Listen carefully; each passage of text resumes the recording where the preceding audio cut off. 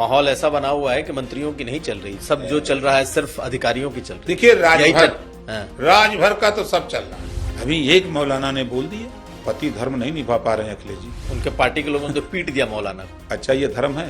फिर अखिलेश यादव को आपने धोखा दे दिया। पूछिएगा उनसे, बैठाइए हमारे सामने अखिलेश यादव जी को। आपने तो कहा है कि यादव है वो भैंस पाले, वो क्यों कथा कहेंगे? आज भी कह रहा हूं। आप कह रहे हैं? आज भी मैं कह रहा हूँ। ये बताइए कि मुख्तार अंसारी से आपके कैसे संबंध थे? हम लोग मुख्तारवादी हैं। यूपी में क्या होने वाला? देखिए आल इज वेल है। यूपी की सियासत का वो नाम जिसे आप पसंद करें ना पसंद करें आपकी मर्जी, लेकिन आप उन्हें इग्नोर नहीं कर सकते। अपनी बेबाक बोली के लिए जाने जाते हैं। उनकी जो वन लाइनर सियासी जो बातें होती हैं वो अनगाइडेड मिसाइल की तरह होती हैं।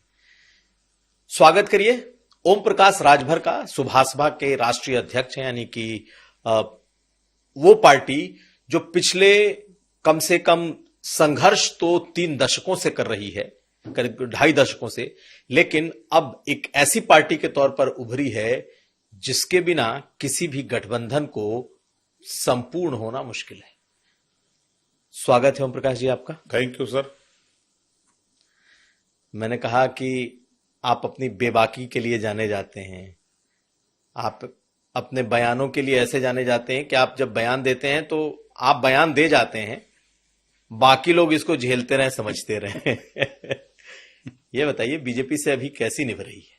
अच्छा चल रहा है, हमारा तो अच्छा है। इस नाते अच्छा है कि जो हम लोग चाह रहे हैं वो हो रहा है। और आपने देखा कि माननीय मुख्यमंत्री जी माता जी के अपने पुण्यतिथि में पहली बार वहां गए। फिर हम लोगों ने बहराइच में राजभर महाराजा सुहेल देव जी की जो विजय दिवस मनाया 10 जून को, वहां भी गए और एक इतिहास रचा गया। जिस लड़ाई को लंबे समय से हम लड़ते रहे उस लड़ाई में सफलता मिली। अभी आपने देखा कि अभी हम लोग बनारस गए थे, मंडली समीक्षा थी, तो उस समीक्षा की जो फोटो आई तो लोगों को लगा कि भाई नेता में दम है। तो मुख्यमंत्री जी से ही आपके संबंध खराब थे, योगी जी से ही खराब थे, तो भाजपा से तो उनके मुकाबले में थोड़े बेहतर थे, लेकिन आखिर ऐसा क्या हुआ कि योगी जी से आपके संबंध बहुत अच्छे हो गए जो दिखता है? देखिए हमारी लड़ाई मुख्यमंत्री जी से नहीं थी, हमारी लड़ाई विचारों की थी। हम जो वो राजनाथ सिंह जी जब मुख्यमंत्री थे तो उनके समय उन्होंने हुकुम सिंह जी के नेतृत्व में एक सामाजिक न्याय समिति की रिपोर्ट बनाई थी। उसकी रिपोर्ट आते आते उनकी सरकार चली गई। लगातार 19 साल सपा बसपा गवर्नमेंट थी, उस पर उन्होंने कोई ध्यान नहीं दिया। वो मामला सिर्फ 27% आरक्षण को बांट करके सबको देने का था। 3 सितंबर 2013 को हाईकोर्ट ने कहा कि 12 जातियां पिछड़ी जाति में लाभ ले रही हैं, इसको बांट करके ये सबको दिया जाए। उस समय मुख्यमंत्री अखिलेश यादव जी थे, उन्होंने नई बात मानी। फिर 17 में सरकार जब बनी तो इसी इशू को लेकर मैं गठबंधन में हुआ था कि उस रिपोर्ट को आप लागू करिए। तो जबकि आपको पता है कि 2 बार अमित शाह जी उस समय राष्ट्रीय अध्यक्ष थे, 2 बार मुख्यमंत्री से हमारी उनकी पंचायत हुई, 6 बार मुख्यमंत्री जी ने सदन में भी कहा कि लागू करेंगे सामाजिक न्याय समिति की रिपोर्ट, लागू नहीं हो पाई। तो हमने कहा कि जब ये लागू नहीं हो पाएगा, अब करना कुछ नहीं है, रिपोर्ट तैयार है 7, 9, 11, 7% पिछड़ा को, 9% अति पिछड़ा और 11% सर्वाधिक पिछड़ा, तो बांट दिया जाता तो सबको बराबर हिस्सा मिलने लगता।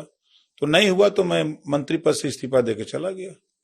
फिर प्रधानमंत्री जी ने बुलाया, गृह मंत्री जी ने बुलाया और कहा कि देखो भाई आप प्रदेश की बात करते हो, हम लोग देश की बात करते हैं, और हम लोग रोहिणी आयोग का गठन किए हैं और राष्ट्रीय स्तर पे इसको बांट करके हमको 27% रिजर्वेशन हम लोग देंगे।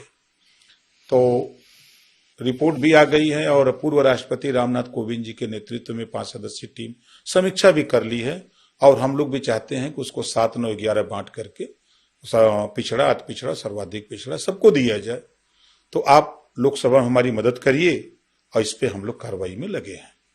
तो अब जब प्रधानमंत्री जी कह रहे हैं, गृह मंत्री जी कह रहे हैं, तो फिर हमने कहा कि भाई राष्ट्रीय स्तर पे कर रहे हैं, इधर हम लोग प्रदेश स्तर पर भी लड़ते रहेंगे। तो उस आधार पे फिर हम लोग साथ गए और फिर कहा कि भाई साथ नहीं, सरकार में शामिल हो जाइए। तो हमने कहा कि चलिए जैसा आपका आदेश होगा वैसा करेंगे। फिर सरकार में शामिल हुए। फिर हमने कहा कि माननीय प्रधानमंत्री जी, दो चीजें हमारे सामने हैं। छोटी छोटी चीजों को लेकर के हम लोग रोज मुख्यमंत्री से नहीं मिल सकते, और न आपसे मिल सकते हैं न गृह मंत्री जी से मिल सकते हैं। तो एक दिल्ली में एक आदमी हमको अपना दे दीजिए और लखनऊ में एक आदमी दे दीजिए। तो जो दिल्ली का आदमी होगा वो उनसे हम लोग बताते रहेंगे, वो दिल्ली में आप लोगों से बराबर मिलते रहेंगे। तो दिल्ली में माननीय दिनेश शर्मा जी को वहां हुआ कि दिनेश शर्मा जी कैसा रहेंगे, बहुत अच्छा रहेंगे। दिनेश शर्मा जी पूर्व उप मुख्यमंत्री। जी, पूर्व उप मुख्यमंत्री। तो उनको वहां नामित किया। यहाँ जब फिर आए तो मुख्यमंत्री जी ने पूछा कि वहां से मैसेज है और एक आदमी कोऑर्डिनेट के लिए, तो जिसको बताओ आप, क्योंकि अब हम क्या बताएं मुख्यमंत्री, जिसको आप चाहिए। मकसद हमारा है कि रोज हम मिल नहीं सकते, या रोज रोज मिलना भी ठीक नहीं है, मैसेज आप तक पहुंचता रहे। तो उन्होंने अवनीश अवस्थी जी को नाम लिया कि इनको कर दें। हम कहा किसी को कर दे, कोई दिक्कत नहीं। तो दोनों जगह ये सेटिंग हो गई, 2 पॉइंट पर्सन हो गए। हाँ, दोनों। तो कोई भी बात होती है तो फोन कर देते हैं, तो मैसेज वहां भी यहाँ भी मैसेज हो जाता है, तो तुरंत उस पर कार्रवाई हो जाती है। तो पहले क्या था कि हम खुद जाके मिलते थे तो टाइम लगता था, जैसे भाई समय मांगना पड़ता था। और ये दोनों लोग जो है, दोनों लोगों के इर्द गिर्द रहते हैं, तो इससे जो है कॉम्बिनेशन बढ़िया हो गया। जैसे हम यहाँ बैठे, कोई बात हुई तो तुरंत हमने अवनीश अवस्थी जी को मैसेज कर दिया और वो तुरंत उनको कन्वे कर दिया कि राजभर जी का ये मैसेज आया है, तो उसका जवाब तुरंत घंटा आधा घंटा में मिल। मतलब कोऑर्डिनेशन बन गया है। यही कोऑर्डिनेशन पहले नहीं था, इसलिए इतना कंफ्यूजन हुआ। यही बात थी कि हम अपनी बात वहां पहुंचाना चाहते थे। अब जैसे दिल्ली टाइम मांगते थे, 10 दिन 15 दिन लगता था, 8 दिन लगता था। अब वहीं वो खुद राज्यसभा बन के गए, उसके पहले यहाँ थे तो जाते थे, डिप्टी सीएम थे। तो वहां जब से हैं तो वही राज्यसभा में एचएम साहब जाते हैं, पीएम साहब जाते हैं, या वो अपना मिल लेते हैं, वो अपना मैसेज डालते हैं कि राजभर जी का ये मैसेज है, तो तुरंत उनको उत्तर मिल जाता है, तो हमारे यहाँ मैसेज कर देते हैं। तो आपका तो मतलब कह सकते हैं कि कोऑर्डिनेशन बड़ा स्मूथ हो गया है, लेकिन बाकी दलों का तो जो सहयोगी दल हैं उनका कोऑर्डिनेशन खराब हो गया है।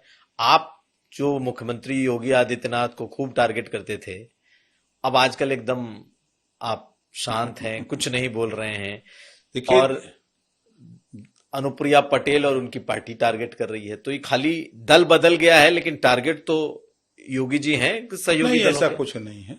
देखिए, लड़ाई हमारी मुख्यमंत्री जी से नहीं है, लड़ाई हमारी उन गरीब, कमजोर, वंचित, शोषितों के लिए थी कि भाई अगर कहीं थाने पर कोई बात हो तो हम अगर फोन करें या हम बात कहें कि भाई ये इसकी जांच कर लीजिए, जो सही है उसकी मदद करिए, जो गलत है उसके खिलाफ कानूनी कार्रवाई, इतनी सी बात थी। और कोई बात झगड़ा नहीं था, चाहे वो रेवेन्यू का मामला हो, चाहे थाने का मामला हो, यही मामले को लेकर। और हमारा कोई न कभी आज तक मैंने ना तो उनसे ठेका मांगने गए कि हमको ये टेंडर दे दीजिए, ये हमको ये कम नहीं करते हम लोग, कभी आज तक कोई नहीं कह सकता।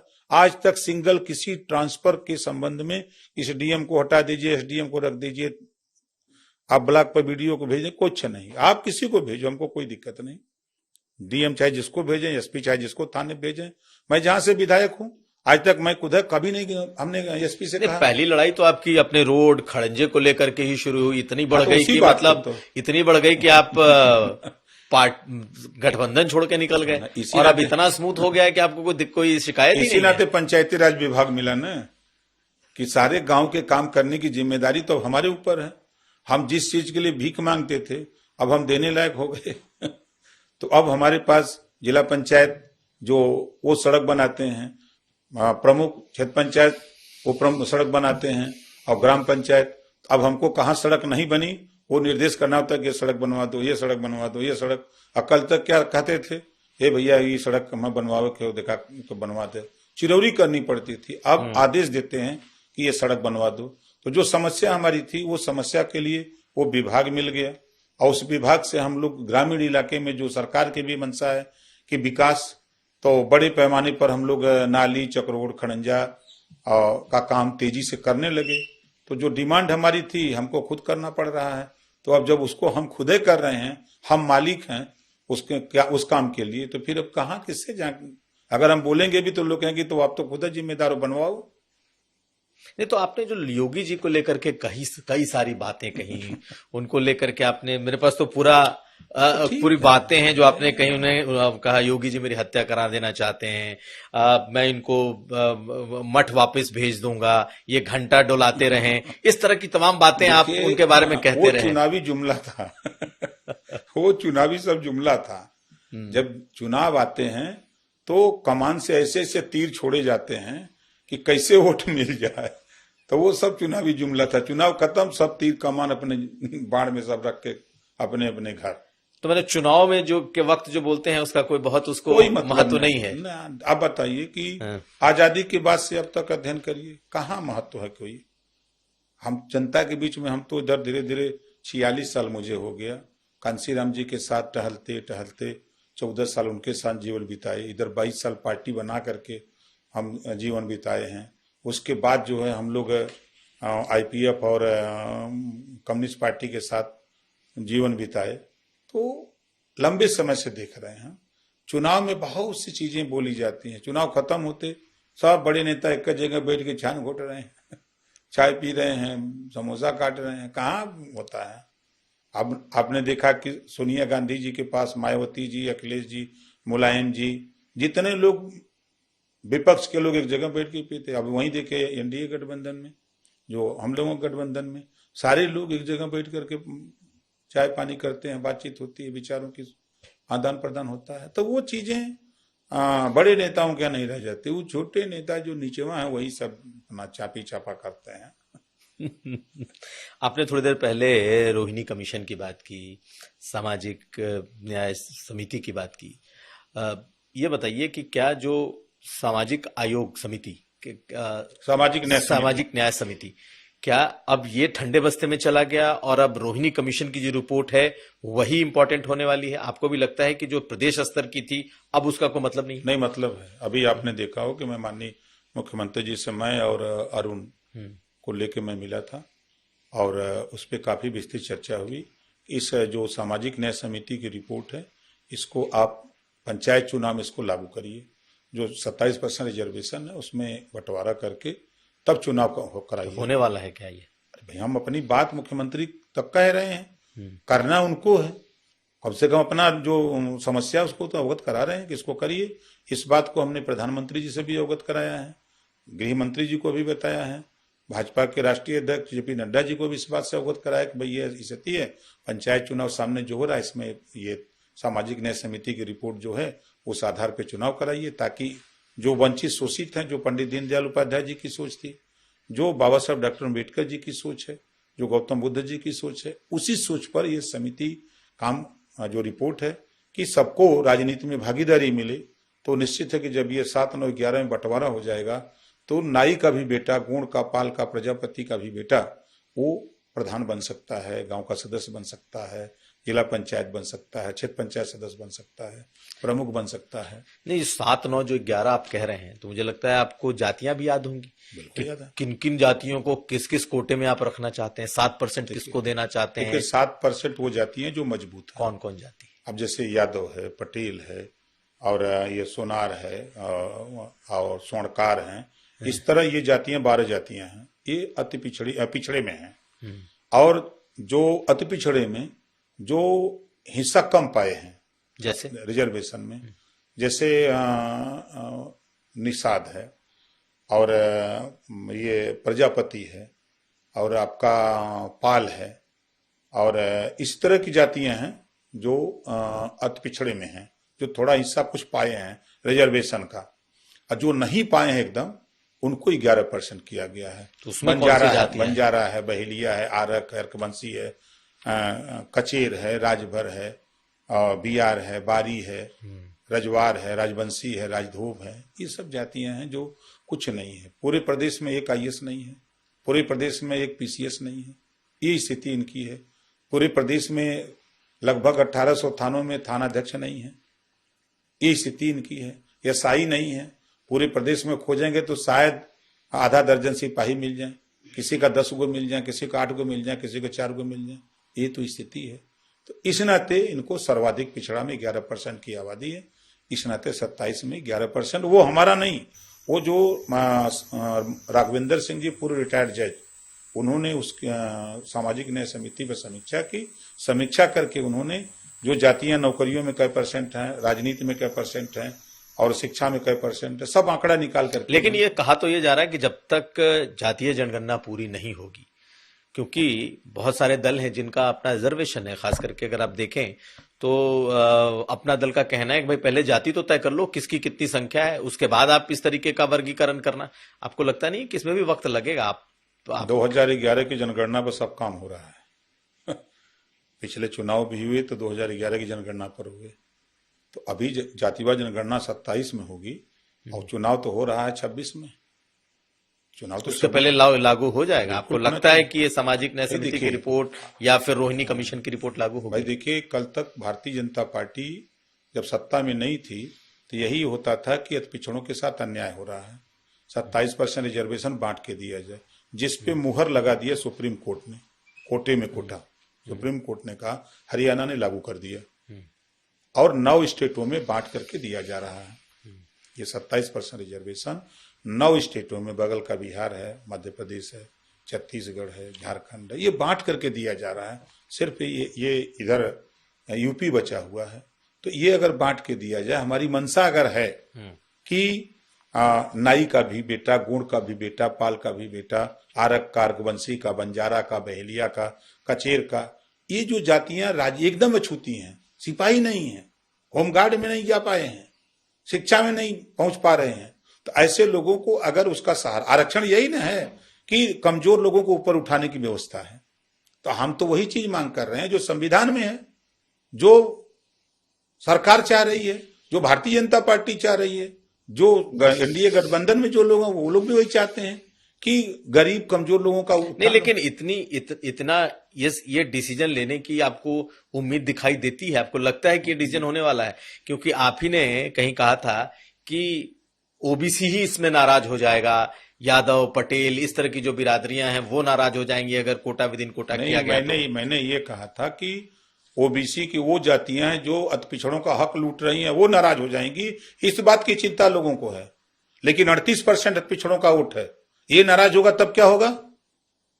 आप 7% से नाखुश हो रहे हैं कि उनकी बात मान रहे हैं, 38% नाराज होगा।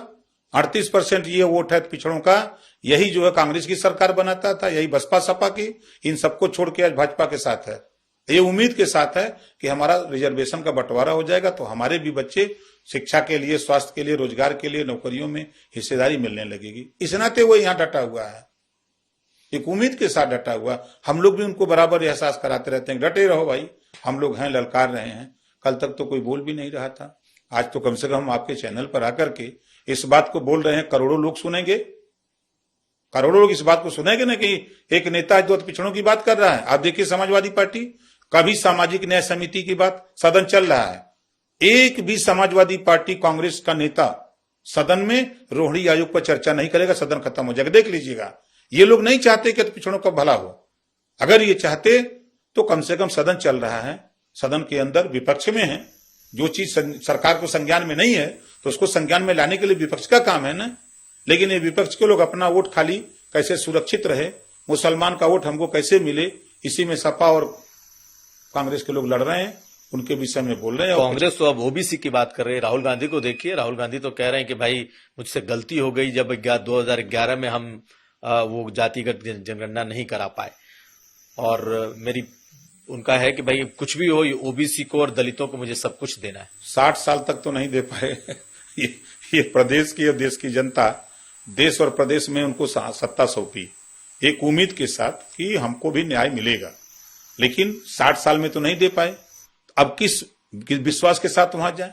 19 साल सपा बसपा पर विश्वास करके यूपी के अति पिछड़े समाज के लोगों ने वोट दिया, अब विश्वास पैदा हुआ, छोड़ दिया, चले आए भारतीय जनता पार्टी के साथ। तो भारतीय जनता पार्टी के साथ प्लस पॉइंट क्या है कि आज समाजवादी पार्टी की सरकार में पीटे जाते थे, मुकदमे नहीं लिखे जाते थे, और यहां अगर कोई भी बात हो रही तो थाने पर तुरंत मुकदमा पंजीकृत हो रहा, कार्रवाई हो रही है। पहली चीज उनको ये मिल रहा है। गरीबों को आयुष्मान कार्ड के नाम पर 5 लाख रुपया इलाज, गरीब जाके आयुष्मान कार्ड लेके अस्पतालों में इलाज करा रहा है। किसान जब सीजन आता है तो होता है कि खाद कैसे एक बोरी मिल जाए, 6,000 खाते में जा रहा है तो कम से कम एक बोरी खाद जोताई का पैसा उसको मिल जा रहा है। ये चीजें उनको मिल रही हैं, उनको सहूलियतें मिल रही हैं। नहीं, लेकिन आप जो बात कह रहे हैं, ठीक है, आप सरकार में मंत्री हैं, आप ये बात कहेंगे कि सब कुछ है, लेकिन जो अग्रेसिव पीडीए लेकर के अखिलेश यादव चल रहे हैं, आपको लग नहीं रहा है कि आपका गठबंधन बीजेपी उसमें पीछे छूटते जा रहे हैं? और जो पीडीए है, जिसको पिछड़ा, दलित, ये अब बड़ी तादाद में उस गठबंधन के साथ जा खड़ा हुआ है, और इसका सीधा प्रमाण है 2024 का पार्लियामेंट देख लीजिए। ठीक बात है, आप ये देख लीजिए। पीडीए का पहले तो सही फार्मूला वो बता दें। पहला बात कि इसमें पिछड़ा दलित अल्पसंख्यक है कि पिछड़ा दलित अल्पसंख्यक को छोड़ करके अगड़ा है, पहले तो वो तय कर लें कि किसको उसमें रखे हैं। अभी वो यही नहीं तय कर पा रहे हैं। और पीडीए का अब तक जो फार्मूला हम लोगों ने देखा, परिवार डेवलपमेंट अथॉरिटी है। परिवार डेवलपमेंट अथॉरिटी 5 साल लगातार अखिलेश जी मुख्यमंत्री थे। ये बता दें कि पुलिस की भर्ती हो, ग्राम सेवक की भर्ती हो, लेखपाल की भर्ती हो, बीडीओ की भर्ती हो, एसडीएम की भर्ती हो, इसमें अति पिछड़ों में एक जाति का नाम बता दें और एक आदमी का नाम बता दें कि जिनकी सूची जब बनती थी कि पुलिस की भर्ती में ये पुलिस में भर्ती हुई, सूची बनती थी शिवपाल जी के यहाँ, शिवपाल समाजवादी पार्टी के नेताओं के यहाँ, अब वही सूची जारी होती थी। क्या उस सूची में एक भी अति पिछड़ों को रख पाए? किस मुंह से जाएंगे अति पिछड़ों का वोट लेने के लिए? हम तो खुद गवाह हैं, दुनिया को छोड़ दीजिए, हम तो खुद गवाह हैं कि हर थाने पर देखते हैं अगर 25 का स्टाफ है तो 10 से 12 यादव है। आज अगर 27% आरक्षण बंट जाए तो 7% उनका होता है, 20% तो ये जाएंगे ना। जिनकी बात हम कर रहे हैं अति पिछड़ा की, ये 20% लोग ये जाएंगे ना, उसमें सिपाही में, लेखपाल में, ग्राम सेवक में। इसी नाते समाजवादी पार्टी के लोग ये नहीं बोल रहे हैं कि रोहिणी आयोग का रिपोर्ट लागू करो या सामाजिक न्याय समिति, एक बार भी आज तक मैं देख रहा हूं 8 साल में एक बार भी नहीं बोल पा रहे हैं। इसी वजह से कि लूटेंगे कैसे, ये सब जान रहे हैं। अब देखिए वो समय नहीं है, अब पढ़ा लिखा लड़का हो गया है, high school, inter, BA, MA कर रहे हैं। आज के 10 साल पहले देखिए समाज में शिक्षा का स्तर और आज के शिक्षा का स्तर बड़ा बदलाव आया है। अभी जो सोच रहे हैं कि हमको मिल जाएगा, देखिए भ्रम है। अभी 27 तो छोड़ दीजिए, 32 के चक्कर में रहें, 27 तो नहीं मिलना है। इस नाते कि आप बताइए, आज के तारीख में अभी अखिलेश जी का बयान है कि जितने यादव रेजिमेंट मांग रहे हैं वो सब भाजपाई हैं। अखिलेश जी का बयान आ रहा है कि वो सब भाजपाई हैं। इसका मतलब कि यादव भाजपा में है, तब ना वो यादव रेजिमेंट मांग रहा है। अगर नहीं होता तो कैसे मांगता? वो खुदे कह रहे हैं। और उठा के देखिए, अभी मुसलमान, हमें तो ताजुब होता है, शादी होती है तो 7 फेरे लिए जाते हैं, 7 वचन बंधाए जाते हैं कि हम पत्नी की रक्षा करेंगे, पति की ये करेंगे, वो करेंगे। अभी एक मौलाना ने बोल दिया पत्नी के खिलाफ, हम उसकी निंदा करते हैं उस मौलाना के, ऐसा नहीं बोलना चाहिए उसको, उसके खिलाफ कार्रवाई होनी चाहिए। लेकिन पति धर्म नहीं निभा पा रहे हैं अखिलेश जी। सबसे पहले उनको खड़ा होकर बोलना चाहिए था, खबरदार मौलाना। क्यों नहीं बोल रहे हैं वो? वोट का धर्म निभा रहे हैं। कहीं बोल दे मौलाना के खिलाफ, कहीं मियां भाई लोग नाराज ना हो जाए। उनके पार्टी के लोगों ने तो पीट दिया मौलाना को। अच्छा, ये धर्म है? यही आपका कानून है? देश में थाना बना है, प्रदेश में थाने हैं, डीएम हैं, एसपी हैं, डीआईजी, आईजी हैं। आप कानून अपने हाथ में लेंगे? यही इसी नाते समाजवादी पार्टी नहीं आ रही है और न आएगी। आज भी समाजवादी पार्टी जो चुनाव सुबुगाट होती है तो बांह चढ़ाने लगते हैं। अच्छा है, आवा अभी चुनाव 27 में, अब यहीं से कहते हम हड़कावत हो सो, तो जो पिछड़ा वोट है वो बोलता नहीं है। नहीं, लेकिन अखिलेश जी तो अपने वोटर्स को समझाने में कामयाब रहे। देखिए पार्लियामेंट में उन्होंने यादवों की संख्या को सीमित कर दिया, मुसलमानों को भी समझा दिया कि भाई ओबीसी, अति पिछड़ा, इनको देना जरूरी है। ठीक बात। यही वो करेंगे 2027 में भी। फिर वो सामान्य सीटों पर उन्होंने दलित लड़ा दिया, तो कैसे भी एनडीए काउंटर कर पाएगा उनके पीडीए का? आपको बता दें, लोकसभा के चुनाव में 3 पार्टियां 3 जातियां लड़ी एक लोकसभा में, और उसी एक लोकसभा में 5 विधानसभा हो जाती है, 15 कैंडिडेट हो जाते हैं, 10 जातियां आ जाती हैं, तो कहां सेंट्रलाइज होगा? 10 जातियों जब आ जाएंगी तो वही वोट 10 जातियों में बढ़ जाएगा। वोट तो वही है। ये भ्रम नहीं है कि बसपा से कहीं मौर्या लड़ गया, सपा से कहीं मौर्या लड़ गया, कहीं बीजेपी से मौर्या लड़ गया। तो मौर्या का वोट 3 जगह बट गया ना, अब वो कहां से जीतेंगे? वो स्थिति भ्रम न रहे। देखिए, झूठ बोल करके, गुमराह करके वोट ले लेना अलग बात है। आपने कहा ना कि संविधान खतरे में है, बीजेपी गवर्नमेंट आई तो संविधान खत्म हो जाएगा। क्या हुआ? आज मोदी जी के हाथों संविधान सुरक्षित है। अब वो भी झूठे हो गए। ये झूठ पे झूठ बोल जा रहे हैं ना। आप उठा के देखिए, जब इन लोगों ने इस देश में सीए और एनआरसी लागू होने की बात आई 2 साल पहले, हल्ला किया कि मुसलमानों की नागरिकता छीन ली जाएगी, मियां भाई लोग खबरदार। तो मियां भाई भी लोग आके सड़क पर बाजा बजाने लगे। 2 साल हो गया। हम लोग कहते रहे कि ये नागरिकता देने का कानून है, एक भी मुसलमान की नागरिकता नहीं जाएगी। 2 साल हो गया, एक भी नागरिकता नहीं गई। अभी आया था ना, बहुत हल्ला कर रहे थे विपक्ष के लोग। एसआईआर नहीं, अभी ये आप अगर उस पर आप चर्चा कर लें, बिहार के सवाल पे चर्चा कर रहे हैं। हम उनसे पूछना चाहते हैं कि जिसकी मृत्यु हो गई है, नाम वोटर लिस्ट में है, उसका वोटर लिस्ट में नाम रहना चाहिए कि नहीं रहना चाहिए? चुनाव आयोग हटा रहा है तो अच्छा कर रहा है। जो बिहार से बाहर निकल करके जो वहां मतदाता हो गए हैं, मकान बना लिए हैं, उनको बिहार में दोहरी नागरिकता की क्या जरूरत है? ऐसे लोगों को निकाल रहा है। और जो 18 साल की उम्र पूरा कर लिया है, उसका नाम ऐड हो रहा है। यही 3 काम तो हो रहे हैं। ये काम विपक्ष को पसंद नहीं आ रहा है। नहीं, वहां तो लोगों में इस बात का खौफ है कि बहुत सारे जो जेन्युइन वोटर्स हैं उनके नाम चले जाएंगे। नहीं, गलत बीजेपी कह रही है कि जो घुसपैठिए आ गए हैं उनके नाम बाहर जाएंगे। भाई, अब आप रिजल्ट आ गया सामने, चुनाव आयोग ने एकदम ओपन रख दिया। इतने मृतक लोगों का नाम निकाले हैं, इतने बाहर लोग जाकर के बस गए, दो नाम हैं, उसको सामने रख दिया, और इतने नए नाम हमने जोड़ा है, ओपन रख दिया। सारे विपक्ष फेल हो गए, अब नहीं बोल रहे हैं।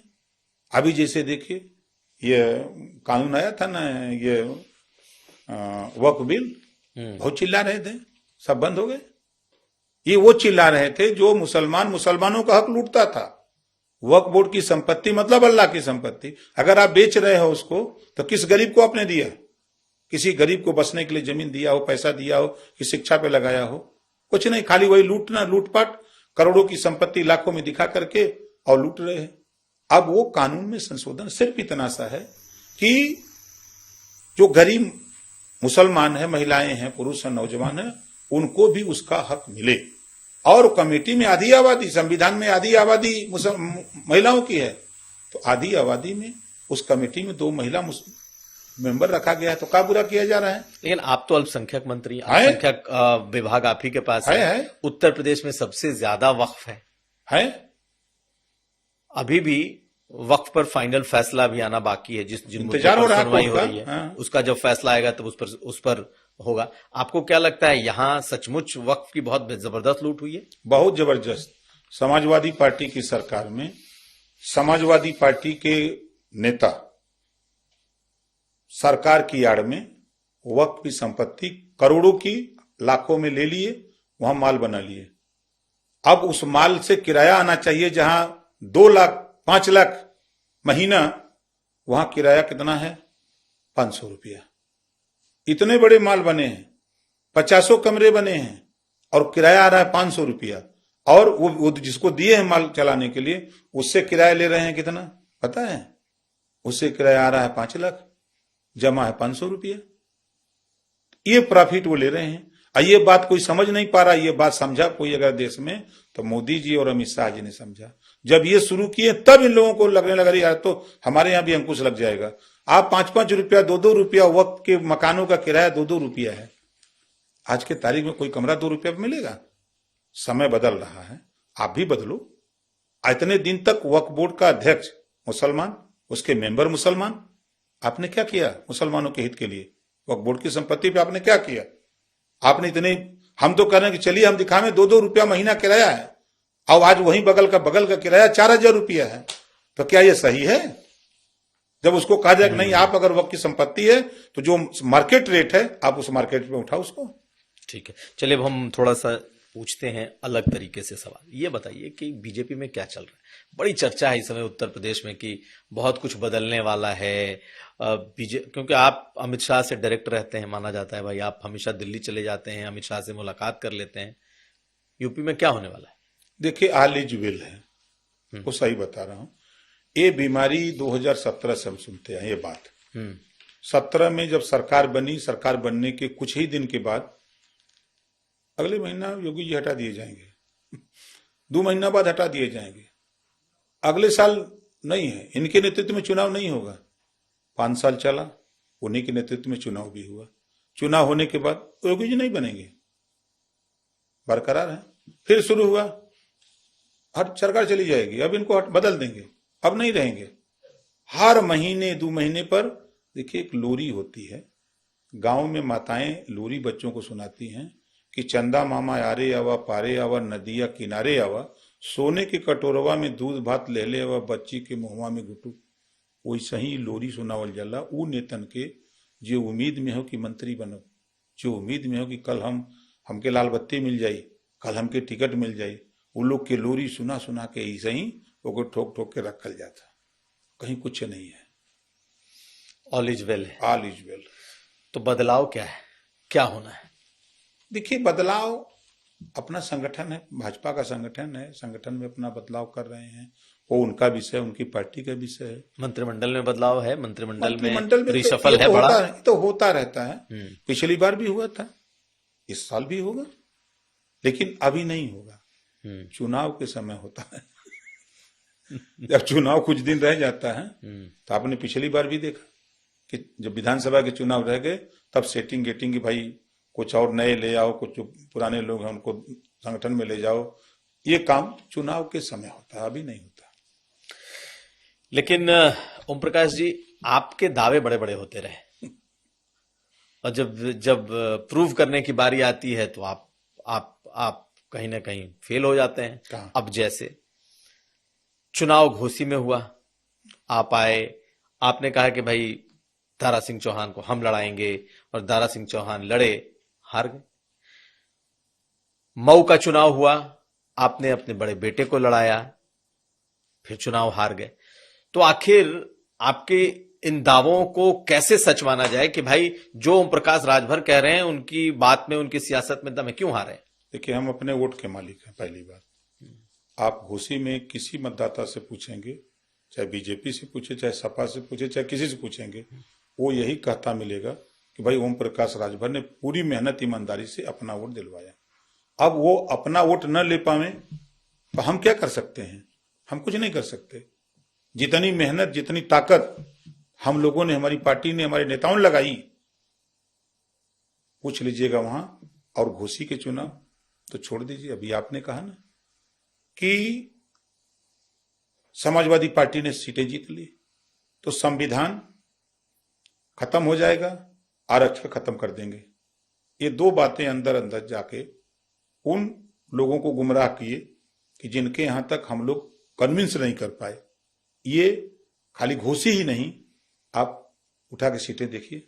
नहीं तो अगर आप देखें तो भाई कहा जाता है कि ठाकुर, भूमिहार, सवर्ण ये भाजपा का वोटर है, लेकिन जब आप लड़ते हैं, जब किसी चुनाव को आप अपनी प्रतिष्ठा का सवाल बनाते हैं, तो ये तो सपा को ही वोट कर दे रहा है। कहां प्रॉब्लम है? देखिए, प्रॉब्लम नहीं है, क्योंकि हम आपको उदाहरण ही दे रहे हैं। आप देखिए, घोसी में यही हुआ, ठीक है, कैंडिडेट उस बिरादरी का था। आप देखें तो मऊ का पार्लियामेंट देख लीजिए, उसमें भी वही हुआ। तो जब कहते हैं कि हम पीडीए हैं, भाजपा हमारे साथ है, लेकिन जब वोटिंग का सवाल आता है तो आपके साथ तो खड़े ही नहीं दिखते। नहीं, खड़े होते हैं, ऐसा नहीं है। देखिए, जातिवाद चरम पे है, इसको नकार नहीं सकते। आप वहीं बलिया लोकसभा में देखिए, सनातन पांडे जी चुनाव लड़े, बीजेपी का वोटर जातिवाद के चक्कर में वहां चला गया, वहीं प्रमाण देखिए। और वहीं जब इनको का नाम से नीरज शेखर जी को ठीक वोट नहीं दिया ब्राह्मण लोगों ने, तो गाजीपुर में क्या हाल हुआ? ये आपसी लड़ाई कि अगर हमको नहीं दे रहे तो हम आपको नहीं देंगे, ऐसी लड़ाई वहां हम उधर कई सीटों पर ऐसा हमने देखा। जो देखने को हमको मिला। और स्थिति देखिए, रिजल्ट जरा देखिए, जितना वोट पा करके लोग जीते थे पिछली बार, उतना वोट हम लोग पाए। जितना वोट पाके लोग जीते थे बीजेपी अलायंस कैंडिडेट, उतना वोट हम पाए, उसके बाद भी हार गए। तो विपक्ष तो आपसे ज्यादा पाया ना। हम क्या कह रहे हैं, पिछला अगर रिकॉर्ड उठा के देखिए तो बीजेपी का अगर वोट ट्रांसफर हो गया उधर, तो हम वोट पाए कहां से? हमारा जो वोट था वो उसमें मजबूती से सबमिट हुआ और उसकी भरपाई चला गया। कुछ वोट चला गया, बहुत नहीं, कुछ वोट, जैसे जाति बताए ना कि जाति उन्माद में, बहुत स्वाभाविक है कि जाति उन्माद में उड़ जाते हैं। एक और सवाल है कि अभी देखा जाए तो मऊ की सीट खाली हो गई, ठीक है, अभी अदालत में है, लेकिन इसी मऊ की सीट पर अब्बास अंसारी विधायक थे, आपकी पार्टी से जीते हुए थे। जब तक मुख्तार अंसारी जेल में थे, आपसे पूछा जाता था तो आप ये कहते थे कि भाई हमारा तो सिर्फ सिंबल है, वो सपा की सीट है, वो सपा के कैंडिडेट थे। कई बार आपने इस बात को कही, लेकिन अब जब सीट खाली हो गई तो आप कह रहे हैं कि भाई ये हमारी सीट है, तो आप लड़ेंगे उसमें? नहीं, मैं ये कह रहा था कैंडिडेट सपा समाजवादी पार्टी का था। हमको 16 सीटें समाजवादी पार्टी ने चुनाव लड़ने के लिए दी, जिसमें 12 सुरक्षित सीटें दी, उसी में एक सीट वो थी जनरल में। तो ये अखिलेश जी ने कहा कि ये सीट तो हम दे रहे हैं लेकिन प्रत्याशी हमारा होगा, सिंबल आपका होगा। तो सिंबल हमारा, पार्टी हमारी, प्रत्याशी उनका था। यही बात तो हम आज भी कह रहे हैं, सीट तो हम जीते हैं ना, हमारे सिंबल से जीते हैं। हमारी पार्टी का चुनाव आयोग में ठप्पा है ना कि सपा का ठप्पा है। सपा का प्रत्याशी, हम ये बार बार कह रहे हैं, वो सपा का उम्मीदवार। आज देखिए जगदीश नारायण राय आज भी हमारी पार्टी से जीते हैं, समाजवादी पार्टी का टोपी है, झंडा लेके चलते हैं। मंडली समीक्षा हुई, वहां बुलाया जा रहा है जफराबाद भारतीय समाज पार्टी, तो नदारद थे, वो जानते थे कि वहां जाएंगे तो जलील हो जाएंगे, क्योंकि हम धोखा दे रहे हैं लोगों को। उसी तरह जितने लोग लड़े सब सपा का झंडा लेके घूम रहे हैं। तो उनकी मंशा थी, नीयत थी, समाजवादी पार्टी के नेता अखिलेश यादव की मंशा थी कि ये जीत भी जाएंगे तो सरकार बनती है तो इनके सारे लोगों को हम अपने साथ ले लेंगे, क्योंकि हमारी पार्टी के हैं, ये बहुत बोलेंगे नहीं, अकेले रह जाएंगे। उनकी नीयत ये थी, इस नाते उन्होंने दिया था। तो आज भी जो जीते हैं उनके लोग वो उनके साथ हैं? नहीं, वही एक सिंगल उनके साथ है, हम लोग 4 लोग तो हम लोग अपने साथ ही है। नहीं, लेकिन यही आरोप तो आप पर भी लगता है क्या कि 2022 चुनाव में जब सरकार नहीं बनी तो आपने फिर अखिलेश यादव को आपने धोखा दे दिया। नहीं, हाँ, ये जो आप 2019 से आप बीजेपी से रिश्ता आपका खत्म होना शुरू हुआ धीरे धीरे। 2022 में आप अखिलेश यादव जी के साथ गए, पूरी तरीके से चुनाव प्रचार किया, साथ साथ खड़े रहे, लेकिन जैसे ही रिजल्ट आया उसके बाद आपके सुर बदलने शुरू हुए, क्योंकि 5 साल सरकार नहीं रहनी थी। तो आपको मौका परस्त पॉलिटिशियन क्यों ना कहा जाए? नहीं, जो लोग कह रहे हैं वो समझ लें। देखिए, बाई इलेक्शन आजमगढ़ था, धर्मेंद्र यादव जी चुनाव लड़ रहे थे, 300 नेताओं को लेकर के 45, 46, 47 डिग्री टेम्परेचर में हम वहां थे, और मात्र वो 10,000 वोट से हारा लगभग। हम यही कहे कि एसी में से निकल के आओ। जब माननीय मुलायम सिंह जी बलराम यादव को बाई इलेक्शन आजमगढ़ लड़ा रहे थे तो एक एक विधानसभा में 2-2 सभा किए थे, 10 सभा उन्होंने किया बाई इलेक्शन में। और अखिलेश यादव जी, आप राष्ट्रीय अध्यक्ष हो, आप आओ, एसी से निकलो।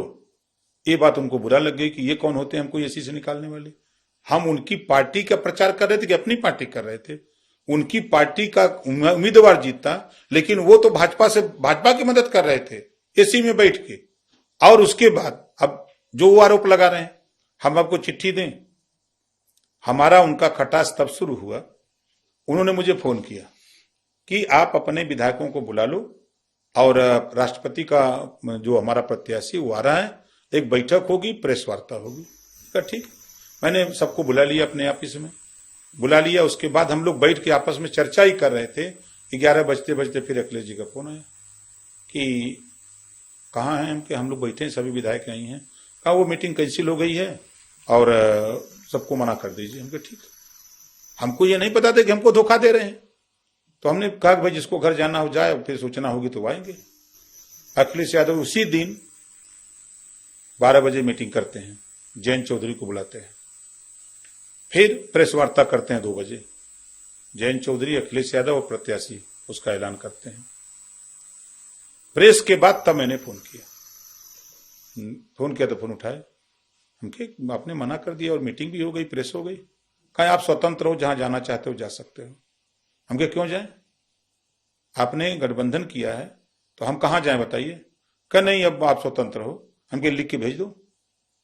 उन्होंने लिखित चिट्ठी दिया है, मेरे पास है आज भी, लिखित दिया है, तो हम उसको तलाकनामा मान लिए, तो हमने कबूल कर लिया। लिखित है, ये समाजवादी पार्टी ये नहीं कह सकती कि ओम प्रकाश राजभर को छोड़े हैं। उन्होंने लिख के दिया है कि आपकी मुझे जरूरत नहीं है, आप जहां स्वतंत्र है, जहां जाना चाहते हो जा सकते हो।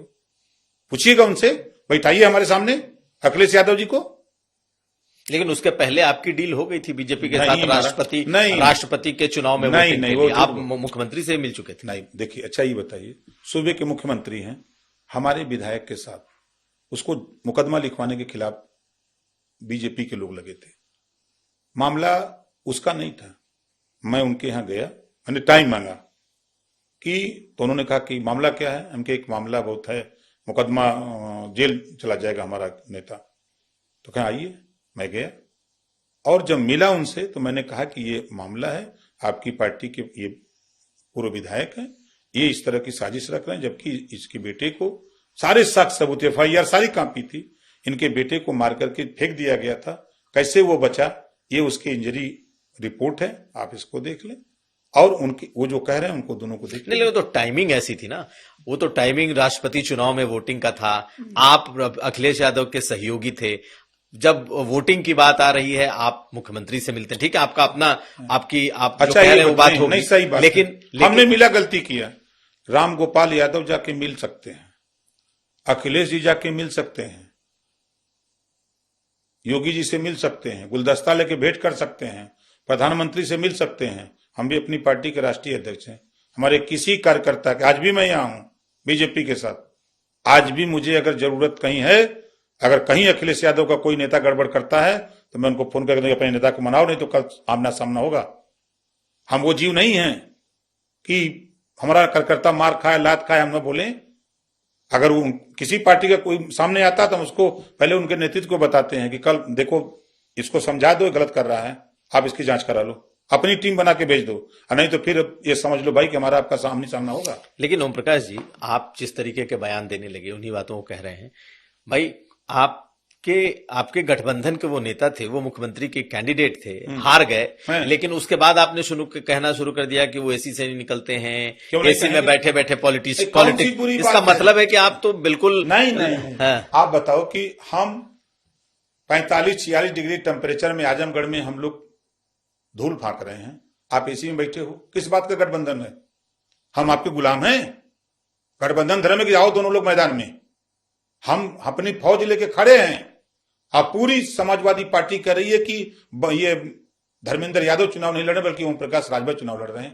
पूरी समाजवादी पार्टी, हमारे 300 नेता, अपने ABC ग्रेड के जितने नेता, सबको उतार दिया था मैदान में, और ये एसी में बैठे हैं। क्या बुरा कह दिया? आज भी कह रहा हूं, एसी में बैठ करके ट्वीट करने से और प्रेस करने से पार्टी नहीं चलेगी, आपको जाना पड़ेगा धरातल पे। यही वजह है कि समाजवादी पार्टी 27 में फिर नहीं आएगी, देख लीजिएगा। आज मैं फिर कह रहा हूं, आप इसको चुनौती समझिए, चाहे चैलेंज समझो, भी कहिएगा, देख लीजिएगा, यही दुर्गति कारण है। तो आप अखिलेश यादव के यहां से चैलेंज कर रहे हैं कि आप नहीं आएंगे, और आज भी वो उसी तरह की पॉलिटिक्स कर रहे हैं। हाँ, उसी तरह करते हैं। आप बताओ कि आप झगड़ा क्यों लड़ा रहे हो? आप उठा के देखिए, देवरिया से हम शुरू करें, ब्राह्मण बनाम यादव, यादव के आप चले गए, ब्राह्मण के यहां क्यों नहीं गए? ब्राह्मण को वोट नहीं चाहिए? हत्या हुई थी देवरिया में, जो आप ले चलता हूं आपको। आप दलित और राजपूत में लड़ाने के लिए, करनी सेना से लड़ाने के लिए आप दलित के साथ खड़े हो गए वोट के लिए। आप दोनों को समझाते, आप नेता है ना, आप राजपूत को वोट नहीं चाहिए आपको। आप जो है इटावा में यादव को बुला के पुरस्कार देते हैं, ब्राह्मण को भी बुला लेते। भाई क्यों झगड़ा किया आप लोगों ने? ऐसा विवाद मत करिए, ब्राह्मण को वोट नहीं चाहिए। और एक तरफ कहते हैं कि यादव बहुत पढ़ा लिखा है, क्यों नहीं कथा कह सकता। अब जा रहे हैं आजमगढ़ तो 6 गो पंडित जी को बुला के गृह प्रवेश करा रहे हैं, अपने से अपने बैक हो रहे हैं ना। किस पीढ़ी की बात करते हो आप? अगर नहीं तो आपने क्या, नहीं तो क्या आपको लगता नहीं क्या यादवों को व्यासपीठ पर बैठने का अधिकार नहीं है? क्या वो पूजा नहीं कर सकते? अरे वो तो खुद करे नहीं अधिकार है। अखिलेश यादव जी ने खुद कहा कि नहीं अधिकार है। आप बताइए, मेरी बात अगर गलत हो, आजमगढ़ में उन्होंने गृह प्रवेश किया, क्यों नहीं 6 को यादव बैठा लिया? वही में दुइया को बैठा लिए होते यादव, एक किनारे तो बिछा दे, भैया नहीं यादव जी लोग पंडित जी लोग हैं, या 6 यादव बैठा लेते, तब मैं मानता कि योग्य थे। कोई यादव नहीं योग्य था। कहां गई योग्यता आपकी जो चिल्लाते थे अब कि यादव कथा कह सकता योग्य है? आप उनको बुला करते, आपका सम्मान भी बढ़ता। हम भी कहते कि नहीं उन्होंने बहुत अच्छा किया, जो कहा उस पर खरा उतरा। अब आज ले चलता हूं बनारस, समाजवादी पार्टी के जो राजपूत यादव, खुद यादव राजपूत बन बन के पीला साफा टांग करके यादव राजपूत में लड़ाने की कवायद किया, पूरी ताकत लगाया। लेकिन हम लोग भी पूरी ताकत लगाया कि हम राजपूत यादव का झगड़ा नहीं होने देंगे, और नहीं होने दिया। तो आपने तो अगर इटावा की बात करें तो आपने तो वर्ण व्यवस्था का ही समर्थन कर दिया। आपने तो कहा कि यादव है वो भैंस पालें, वो क्यों कथा कहेंगे? आज भी कह रहा हूं, आप कह रहे हैं। आज भी मैं कह रहा हूं। देखिए, नकारा नहीं जा सकता। हम यहाँ बतियाओ थे ना, जब घरवा में जाए भीतरा, तो जो हमरे मलकिन बाइन आपकी मलकिन है ना, तो जब बच्चा पैदा हुई ना, तो कहेंगे पंडित जी के बुला के लिए ओकर जब वो मूर पूजावे के होला, ओकर नाव रखे के हुई, ओकर शादी करावे के, तो कहा पंडित जी के बुला लिए कहें अब उम्र हो गई, अब जो तो शादी के बाद तो फिर अब कहा अब चाहे घाटे चले के हो, तो हुआ जब तेरही करे के हो, तो सब जगह तो पंडित जी के बुला जाते हो। तो हम का बुरा आज वो भी कहते हैं कि देखिए, जब इस देश में व्यवस्था बनी जातियों की, तो काम के आधार पर ब्राह्मण को काम वेद पुराण रामायण महाभारत गीता पुराण कहने का, कथा कहने का, क्षत्रिय को सुरक्षा का मिला, यादव को भैंस रखने का, दूध दोहने का, दूध बेचने का काम मिला। आज भी बड़े पैमाने पर यादव दूध का कारोबार करता है, देख लीजिएगा। आप चाहते हैं वही करे वो? नहीं, हम कहां कह रहे हैं कोई करें। हम तो ये कह रहे हैं कि समाजवादी पार्टी ने मुसलमानों का हक लूटा और पिछड़ों का हक लूटा। जब ये पंडित जी का हक लूटने गए तो पंडित जी खड़े हो गए, तो भाग खड़े हुए। दम था तो आजमगढ़ में 6 गो यादव को बैठा के कथा कहते। 25 करोड़ आबादी में कोई ऐसा 2 यादव नहीं मिला जो विद्वान था, पढ़ा लिखा, कथा कहने वाला। कहां गई आपकी वाणी? आपने तो कहा था ना कि यादव भी कथा कह सकता, विद्वान है। तो पूरे प्रदेश में कोई विद्वान यादव मिलवे नहीं किया। मिले विद्वान कौन? पंडित जी। 6 गो ले जाके बैठा के कहा मंत्र पढ़ा के मार होम जाप कराओ। तुम का साबित कर रहे हो? कहा ओम प्रकाश गलत कह रहे हैं कि जो व्यवस्था बनी है उस व्यवस्था से आज भी लोग काम कर रहे हैं, उसी व्यवस्था पर। आप बताइए, विश्वकर्मा को नहीं देखते हैं? विश्वकर्मा का काम लोहे का कारोबार करता है। आप प्रजापति को देखिए, वो किसका कारोबार करता है? मिट्टी का कारोबार करता है, बड़े पैमाने पर करता है। ये हम नहीं करें कि वो सिपाही नहीं है, दरोगा नहीं है, अगर उस योग्य तैयार हुआ तो वहां चला गया। लेकिन जो व्यवस्था बनी उस व्यवस्था आज भी कायम है। हम खुद बता रहे हैं दूसरों को, तुम ये बहुत बतिया हमसे आवे। तो आप चाहते हैं वही व्यवस्था रहे? अरे हम भी थोड़े चाहते ही, लेकिन जो व्यवस्था, वो व्यवस्था बदलाव हुआ है, हम नहीं कर रहे हैं, लेकिन आज भी वो व्यवस्था है। हम लोग चाहे जितना आके टीवी और डिबेट पर चाहे जितना बहस लें, घरवा गए भीतरा ना, तब समझ में आवत है लोगन के। जब मलकिन कहते हैं कि वो लड़कवा पैदा पहलो ओकर नाव रखवाओ के जा बुला लियो पंडित जी की, तो उनके हिम्मत ना हो कि कहने की नहीं हम न जब, चाहे जे अपने के तो बनत हो, हमसे भेंट कराइए। हम देख रहे हैं ना, कहा बतियाई लोग। उदाहरण देखिए, अखिलेश जी का हम उदाहरण नहीं, बात अखिलेश जी की थी। यादव 25 करोड़ आबादी में कोई यादव पढ़ा लिखा नहीं था, विद्वान नहीं था। आप ही साबित करते, आप गृह प्रवेश में ले जाते 5 गो यादव और कहते कि भाई देखिए ये विद्वान है, आज ये होम जॉब हम करा रहे हैं। लेकिन आप उसी रास्ते जो बात ओम प्रकाश ने कही उसी पर तो आ गए। क्या बुरा हम कह रहे हैं? ओम प्रकाश जी, जहां से हम लोग बात शुरू किए थे कि भाई आपने अखिलेश यादव को क्यों छोड़ा, तो उसमें एक सवाल और आता है। आपने इसलिए छोड़ा क्योंकि आप अरविंद के लिए, अपने बेटे के लिए एमएलसी चाहते थे, और ये बात उस दौरान सबने कही। जब नहीं मिला तो आपने उस दिन तय कर लिया कि अब हम नहीं रहेंगे अखिलेश यादव। देखिए, ये गलत बात है। आप देखिए, उन्होंने राज्यसभा की सीट दी, हमने बोला एक हमको हमारी बाइट कहीं दिखा दीजिए कि जो हमने ये कहा कि हमको भी राज्यसभा का सीट दीजिए अखिलेश से, या अखिलेश जी कह दे कि हम, उन्होंने मांगा हमसे, हमने नहीं कहा। फिर उन्होंने एमएलसी का चुनाव आया, तो सपा के लोग ही कह रहे थे कि एक सीट सहयोगी दल को दे देना चाहिए। हम कहे भैया उनकी मर्जी, दे ले, हमसे नहीं मतलब है। कभी हमने कोई कह नहीं सकता, अखिलेश जी भी नहीं कह सकते मेरे सामने कि उन्होंने मुझसे एमएलसी की सीट मांगी। मेरा मकसद वो नहीं था एमएलसी बनाना, मेरा मकसद था कि निकलो। हम अगर गांव में चौपाल लगा सकते हैं तो आप भी निकलो। सत्ता पाना है तो जनता के बीच में जाओ, नहीं अब देखिए 60 साल शासन करने वाली कांग्रेस आज संगठन बूथ पर नहीं है, खत्म हो गई। बहुजन समाज पार्टी 4 बार शासन करने वाली, आज वो खत्म हो गई। समाजवादी पार्टी इसी नाते खत्म हो रही है कि उसका काम वहां नहीं है, वो काम संगठन का नहीं है, वो खाली उठा काढ़ो, उपारो, मारो, लतियाओ, यही काम कर रहे हैं, बांह चढ़ाना। इससे होगा संगठन? आज ओम प्रकाश राजभर की चर्चा क्यों, आप बताइए। हम आपसे पूछ रहे हैं ओम प्रकाश राजभर की आज चर्चा क्यों है? इसलिए क्योंकि ओम प्रकाश राजभर जो है ना, वो सहूलियत की पॉलिटिक्स कर लेते हैं। जब लगा कि सपा की सरकार आने वाली है, आप अखिलेश जी के बहुत खास साथी हो गए, बगल में आप ही दिखे। जब लगा कि अब अखिलेश जी की सरकार 5 साल नहीं आने वाली है, तो चले आए कोई, चलो फिर बाबा के साथ चलते हैं, नहीं, भाजपा के साथ चलते हैं। देखिए हम यूपी के साथ साथ बिहार काम कर रहे हैं। बिहार में 38 जिले हैं और 32 जिले में बड़ी बड़ी रैली, 156 सीटों पर हम लोग संगठन का काम शुरू किए।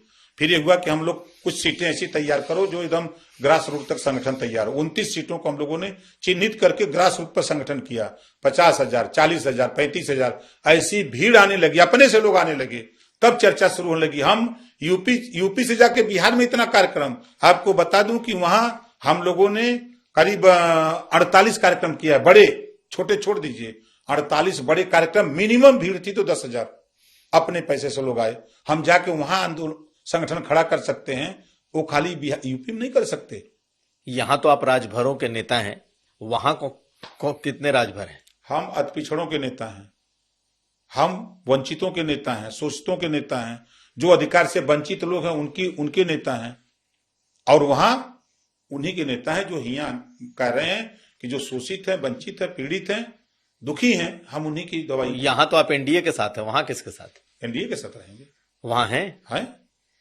वहां सीट दे रही है आपको अभी एनडीए? तो बाई इलेक्शन आपको बता दूं, बाई इलेक्शन में मैंने पर्चा भरवा दिया था तरारी और रामगढ़। उसके बाद दिल्ली तक मैसेज गया, खुद विनोद तावड़े जी का फोन आया, वहां के प्रदेश अध्यक्ष विनोद जायसवाल जी का फोन आया। सब लोग फेफिया गम करना, जो आपने वादा किया है उसको निभाइए। कितना सीट मिल रहा है आपको? सीट देखिए, हम लोग 29 सीट की बात वहां किए हैं अमित शाह जी से और नड्डा जी से। मिलेगी आपको सीट? हाँ मिलेगी। उन्होंने कहा कि देखो इतनी सीट नहीं देंगे, काफी लोग अलायंस में है, हम लोग मिलकर चुनाव लड़ेंगे, ये इतना है, टाइम आ रहा है तो हम लोग बैठ के उसको तय कर लेंगे। हमको भी है, देखिए वहां हमको सरकार नहीं बनानी है, हमारा है कि वहां हमारा खाता खुल जाए, हमारे लोग भी वहां सरकार में शामिल हो जाए। तो जब वहां खाता खुल जाएगा, सरकार में शामिल हो जाएंगे, तो उसका बाजा हम यूपी बजा करके 27 में ललकार देंगे। तो यहाँ वहां आजकल ना पीले रंग की बड़ी धूम है। आपको भी पियरका चचा, येलो अंकल, बहुत लोग सोशल मीडिया पर, समाजवादी पार्टी का जो सोशल मीडिया है आपको कहता है। तो ये पीले रंग की क्या खासियत है? कहां से अचानक से आप पीले रंग में रंग गए? बिहार में देखो तो पीके के पास पीले रंग हो गया, अब तो लालू यादव के बेटे ने पीली टोपी लगा ली है। देखिए इस देश में 26 भगवान पैदा हुए और उनके वस्त्र पीला थे। शुभ काम के लिए आप देखते होंगे, जब शादी, पंडित जी बताए हैं कि शादी जब होती है तो पियरी और सोने की नथिया वो ले जाते हैं, बहुत नहीं कुछ है तब भी। और जो हमने बनाया पीला, तो ये 26 भगवान के जब देखा उनके वस्त्र को, तो हमने कहा इससे बढ़िया शुभ नहीं हो सकता। फिर हम राजभर महाराजा सुहेल देव जी को देखे और फिर मान्यवर कांसीराम जी को देखे, तो बाबा साहब डॉक्टर अम्बेडकर को मानते थे, तो बाबा साहब डॉक्टर अम्बेडकर की कोट नीला थी, तो उन्होंने झंडा अपना नीला बना लिया। तो हमने कहा कि अब इससे बढ़िया तो क्या होता कि मुलायम सिंह जी ने कहा था कि नकल मारो अकल आ जाएगी, पास हो जाओगे। तो हमने भी कहा कि बहुत सही जुगाड़ है, हम भी राजभर महाराजा सुहेल देव जी का साफा का हम उसी का झंडा बना लेते हैं और साफा बना के चल देते हैं। तो आज पूरे देश में हजारों लोग खड़े रहें, एक आदमी हमारा अगर ये पीला साफा लगा के खड़ा रहता है तो वो दिखता है बकुला की तरह। लेकिन इसी पीले गमछे को लेकर के आपने कह दिया था कि अगर पुलिस स्टेशन में पीला गमछा पहन के तुम गए तो तुमको पुलिस वाला कोई तंग नहीं करेगा, और तुम पीला गमछा पहन के जाओ और जा करके थानेदार के सामने बैठ के बात करो। और आप ही का देखा देखी अब संजय निषाद जी ने भी कहा कि लाल टोपी लगाओ और लाल रुमाल लेकर के जाओ, तो क्या मतलब ये पीला दबंगई की निशानी हो गई? नहीं, दबंगई की नहीं। देखिए, जैसे हमने उस उद्देश्य से कहा कि जब पीला साफा लगा करके हमारा नेता थाने पर जाता है या किसी अधिकारी के यहाँ जाता है, तो वहां जाते ही उस नेता की शकल में ओम प्रकाश राजभर दिखता है अधिकारी को। तो वो सोचता है कि भाई देखो, नेता बहुत सही बोलता है, लड़ता सही है, मेहनत करता है, उसकी बात सुनो। तो वो उनको तवज्जो देता है, इज्जत करता है, उनकी बात सुन लेता है। और जब कोई आनाकानी करता है तो पूरा का पूरा थाना भी सस्पेंड करा देते हैं। कराए? हाँ, कराए। 2 जगह का है, 2 जगह हरकत आई, दोनों जगह सस्पेंड हो गए, फिर भाग के हमारे यहाँ आए, कहें सर गलती हो गई, हमको अब बाद में मिलना। तो ये आपके पीले रंग और पीले गमछे का कमाल है। कमाल तो सरकार का है, पावर तो सरकार में, सरकार के बदौलत। और पीले गमछे का भी पावर कि हर जिले में हम अगर ललकार दें तो 1000-2000 लोग थाने में पहुंच जाएंगे, हम न रहें तब भी। आपने कहा कि 26 भगवान का ये कलर है, हिंदुत्व का कलर भगवा है, तो भी क्या ये हिंदुत्व का कलर भी माने क्या इसको, पीले को? अब देखिए, अपना अपना मत है, अपनी अपनी सोच है।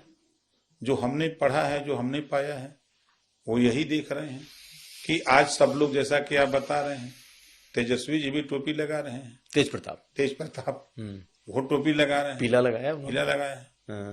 पीके को आप बता ही रहे हैं। और अभी तो मैंने देखा कि राजनाथ जी, हमने देखा योगी जी, प्रधानमंत्री जी, जगह जगह देखते हैं। तो साउथ में भी पवन कल्याण। हाँ, साउथ में भी आप देखिए। तो एक महत्व है अपने आप में, इसको लोग लगाते हैं।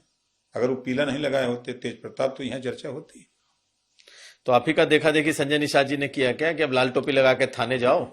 अब भाई उनका विषय है, उनको समझ में आया होगा कि हमारे लोग जा रहे हैं तो वहां पहचान नहीं बन पा रही है, तो कम से कम अपना टोपी साफा लगा के जाएंगे तो उनकी पहचान एक अलग दिखेगी।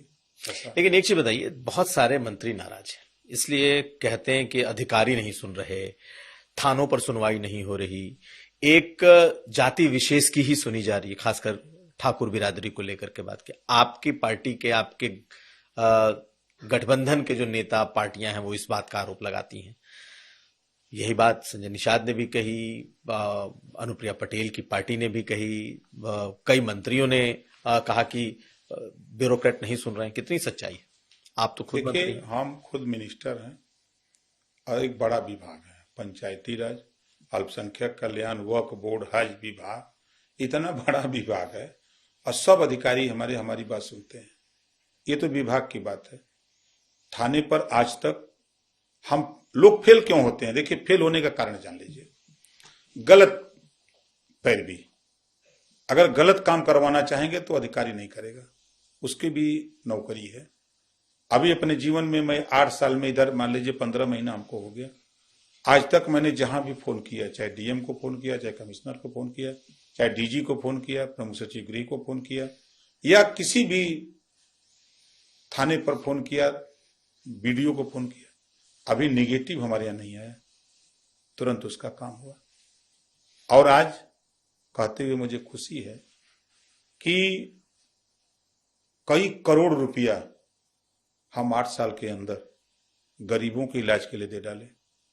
अभी हम 3 महीने से आजमगढ़ हैं, वहां के विधायक जो काम नहीं कर पाए, समझिए कि अहिरौला कप्तानगंज 21 किलोमीटर सड़क, मैं विधायक नहीं हुआ, वहां की जनता ने मुझसे कहा सैंक्शन करा दिया, अब पैसा 2 या 4 दिन में लाट हो जाएगा उसका, वो सड़क बन जाएगी। एक बड़ी बीमारी आजमगढ़ की थी, एक सिकंदरपुर से 5 किलोमीटर की सड़क, वो बन जाएगी। और मजे की बात कि 3 महीने के अंदर वहां 1,32,00,000 रुपया अलग अलग, किसी को 1 लाख, किसी को 1.5 लाख, किसी को 2 लाख, किसी को 1.25 लाख, इस तरह मिला के 1,32,00,000 रुपया दवाई के लिए दे डाला। इस नाते चर्चा होती है।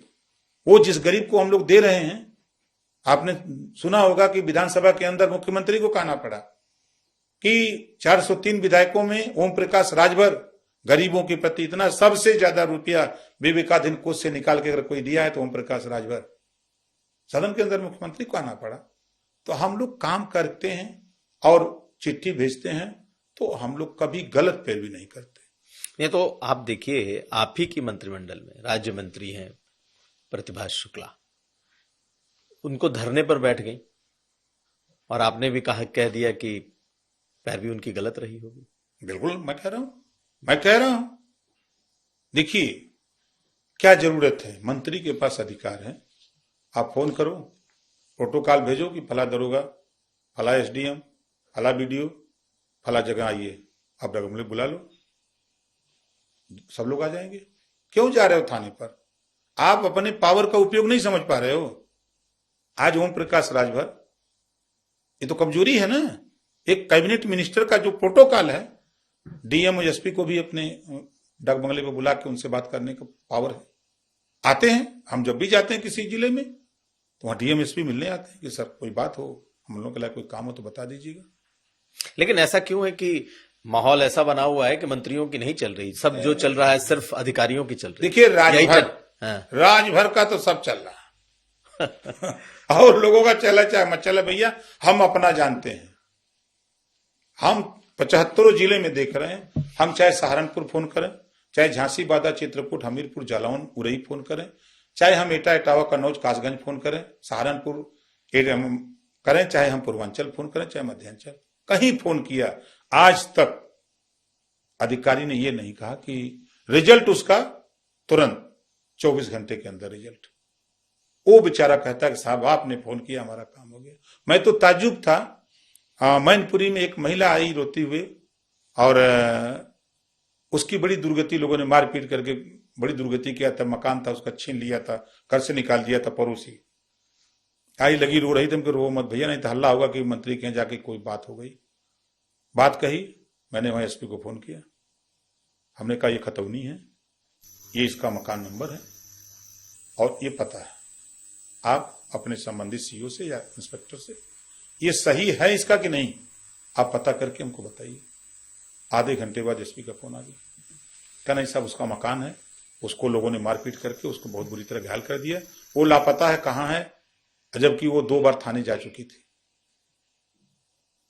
कप्तान ने कहा कि साहब अगर आपके यहाँ हो तो भेजिए, तुरंत मुकदमा लिखता हूं, और नहीं तो उसका वो व्हाट्सएप करा दीजिए जो तहरीर ली हो, अभी मुकदमा लिखते हैं। मुकदमा लिखा गया और उसको कब्जा दिला दिए। 5 दिन के बाद वो महिला आया, उसका पति आया और आके हंसते हुए कि साहब आपने हमको बसा दिया। ये है राजभर जी का जलवा। सही में ही राजभर जी का ही जलवा, नहीं तो बहुत सारे लोग तो बहुत दुखी हैं। वो अपना विषय है भाई, अब हमारा तो अपना विषय है, हम तो जो देख रहे हैं, हम लोग कर रहे हैं, तो हम लोगों का तो बात, हमारे खुद नेताओं से मीटिंग करता हूं, हम उनसे पूछते हैं बताओ तेरी बात थाने में सुनी जा रही कि नहीं, कह नहीं साहब हम लोग जाते हैं तो बड़ा सम्मान इज्जत मिलता है, हम लोगों की बात भी सुनी जाती है। अब 100 का 100 काम नहीं होता है, लेकिन हम लोगों का 80-90 काम तो हो ही जाता है, बड़ी उपलब्धि है। चलिए थोड़ा अखिलेश जी पर दोबारा से आते हैं। अखिलेश जी तो कह रहे हैं कि आप कितना भी उनको कह लीजिए आइएगा आप उन्हीं के पास, चुनाव आने दीजिए, आप दौड़ते हुए उनके पास पहुंचेंगे। ऐसा है क्या कि 2027 में भी माहौल आप देखेंगे कि क्या है, किसका है? माहौल नहीं बन पाएगा। हम धरातल पे देखिए, ये लोग हवा की राजनीति, हेलीकॉप्टर, हवाई जहाज की बात कर रहे हैं, हम धरातल की बात कर रहे हैं। आप समाजवादी पार्टी के किसी नेता से खाली आजमगढ़ का नाम लीजिए और वो प्रकाश राजभर, पूर्वांचल का उनका बहुत मजबूत किला है आज समाजवादी पार्टी। सारे 10 के 10 विधायक उनके है, लेकिन सांसद उनके हैं। किसके बदौलत है? 10 विधायक किसके बदौलत है? सिर्फ आपकी बदौलत नहीं, हमारा सहयोग रहा ना। कितने कई बार जीते हैं? 10 गो, 5 गो, 4 गो, 6 गो, 5 गो, 4 गो, 3 गो, यही रहता था।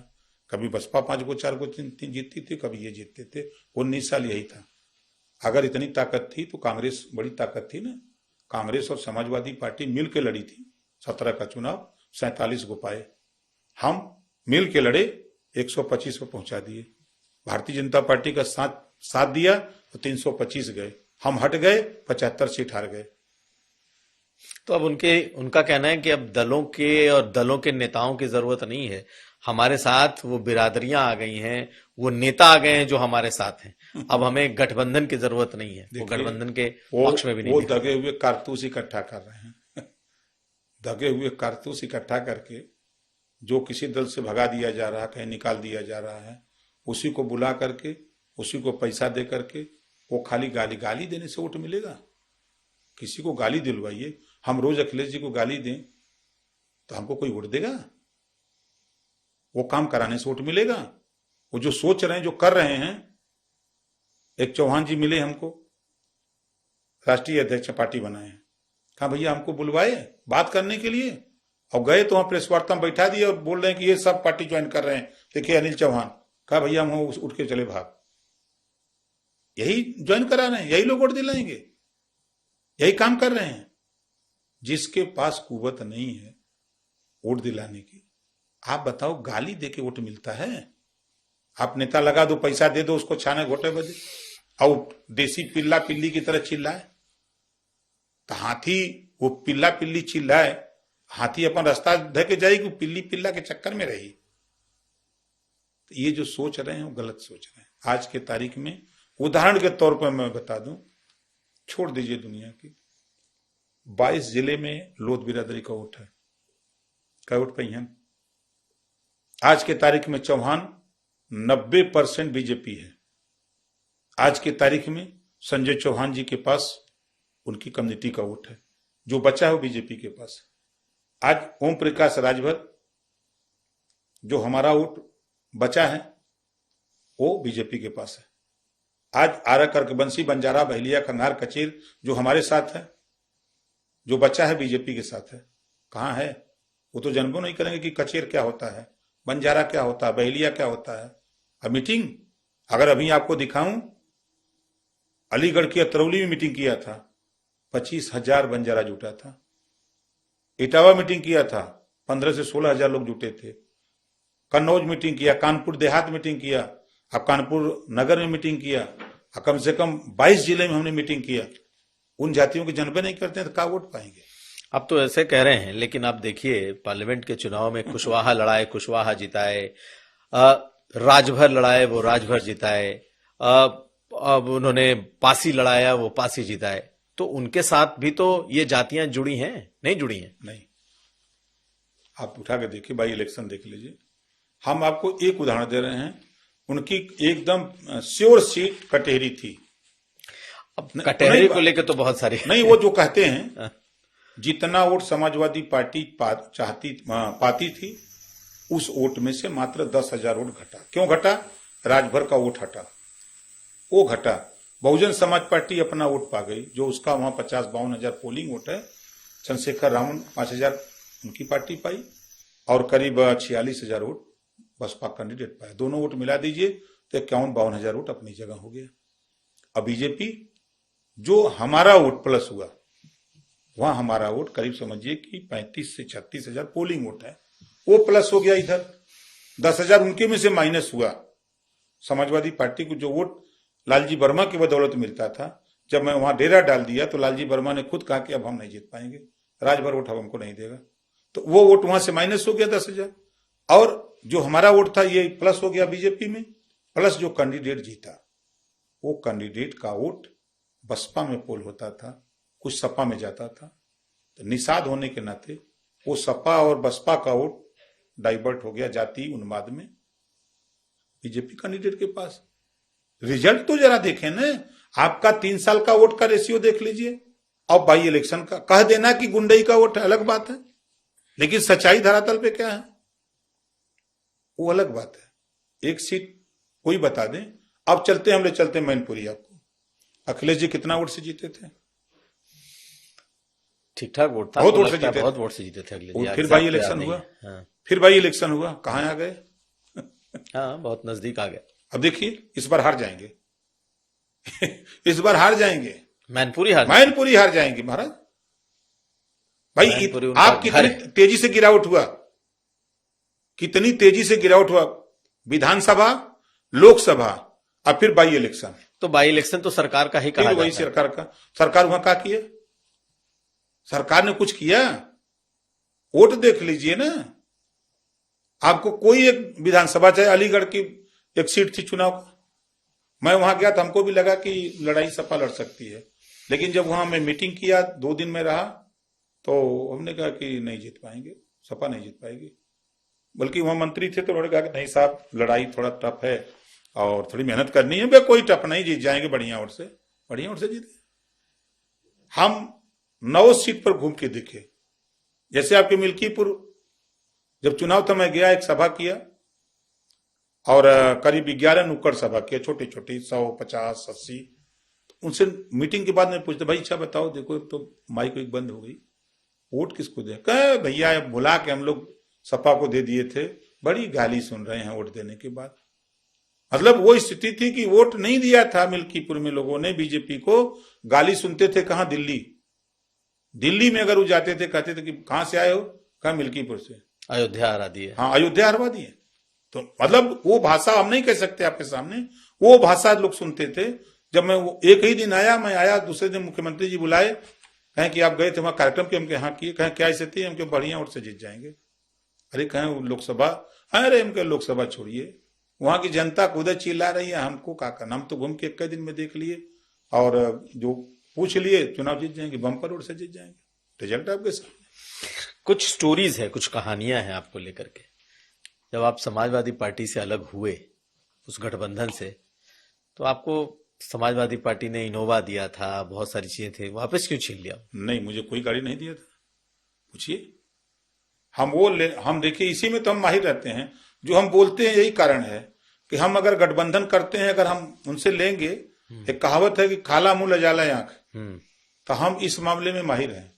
हम जानते हैं भैया ना कि ये सब यही करके ये लोग दबाते हैं। हमने कहा कि नहीं भैया, हम ये सब काम नहीं करते। आपने गाड़ी नहीं ली? नहीं लिया, कोई इनोवा नहीं लिया? नहीं। तो ये बात कहां से आ गई कि आपको भी दी गई गाड़ी वापस ले ली गई? बता दें वो दिए हैं, वो बता दें कि दिए हों।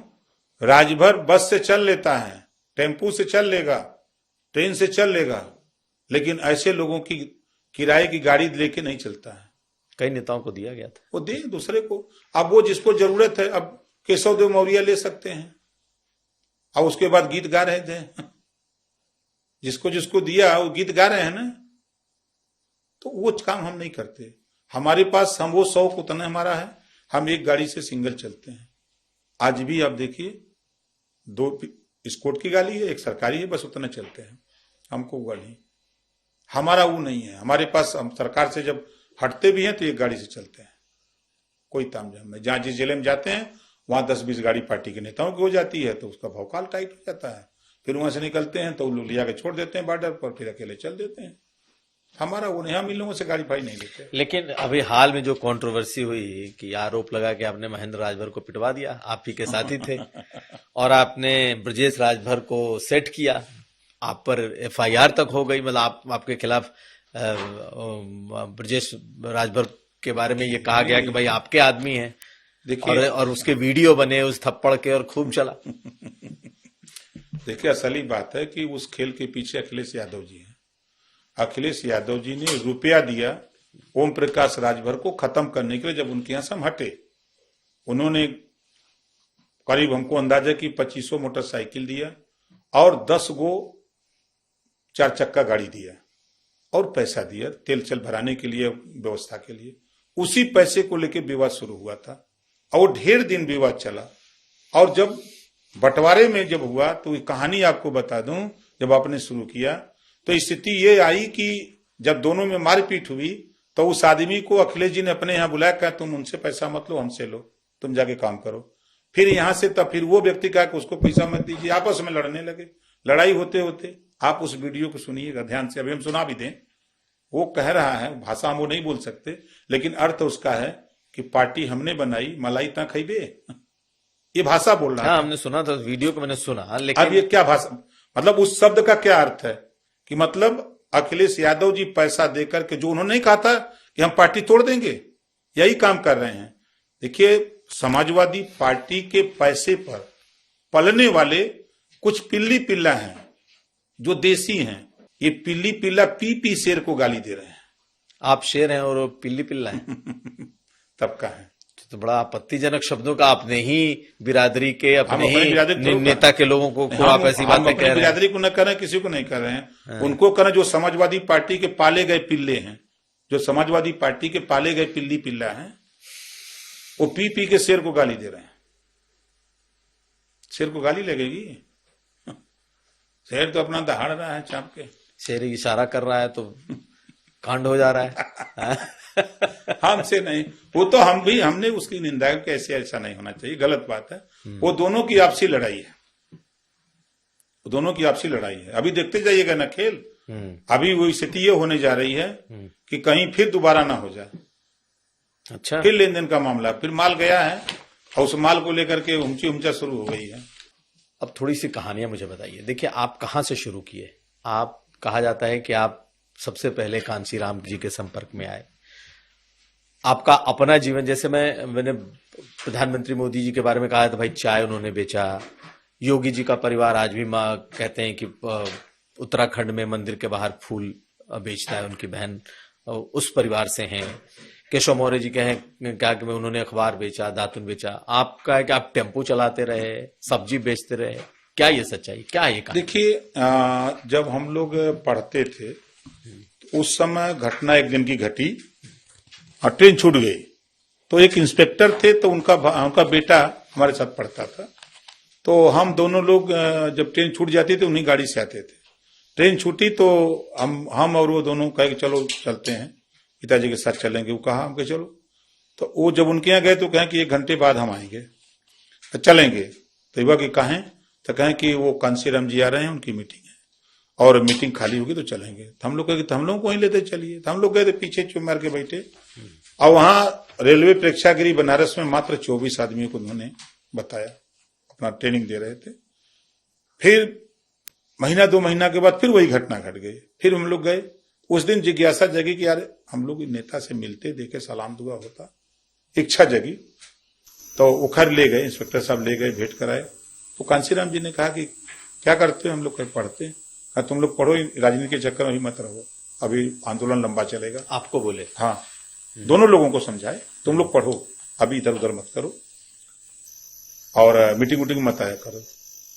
लेकिन उसके बाद उनकी बात से बहुत रुचि लगी। फिर उनका कार्यक्रम बड़ा गांव बलदेव डिग्री कॉलेज के मैदान में लगा। तो हम लोग फिर वहां चले गए। वहां गए तो वहां देखा तो बात बढ़ते बढ़ते बढ़ते फिर उसके बाद उसी बीच हमारा भाई था, मकान से दब गया था, उसके रीढ़ की हड्डी में चोट लग गई थी। तो हम लेके BHU भर्ती हो गए। करीब वहां हम लोग 3 महीना लगातार थे। खैर वहां से निकले तो थोड़ा माली हालत परिवार की गड़बड़ हुई। तो मैं स्कूल गया तो फीस और कपड़े की दिक्कत आने लगी।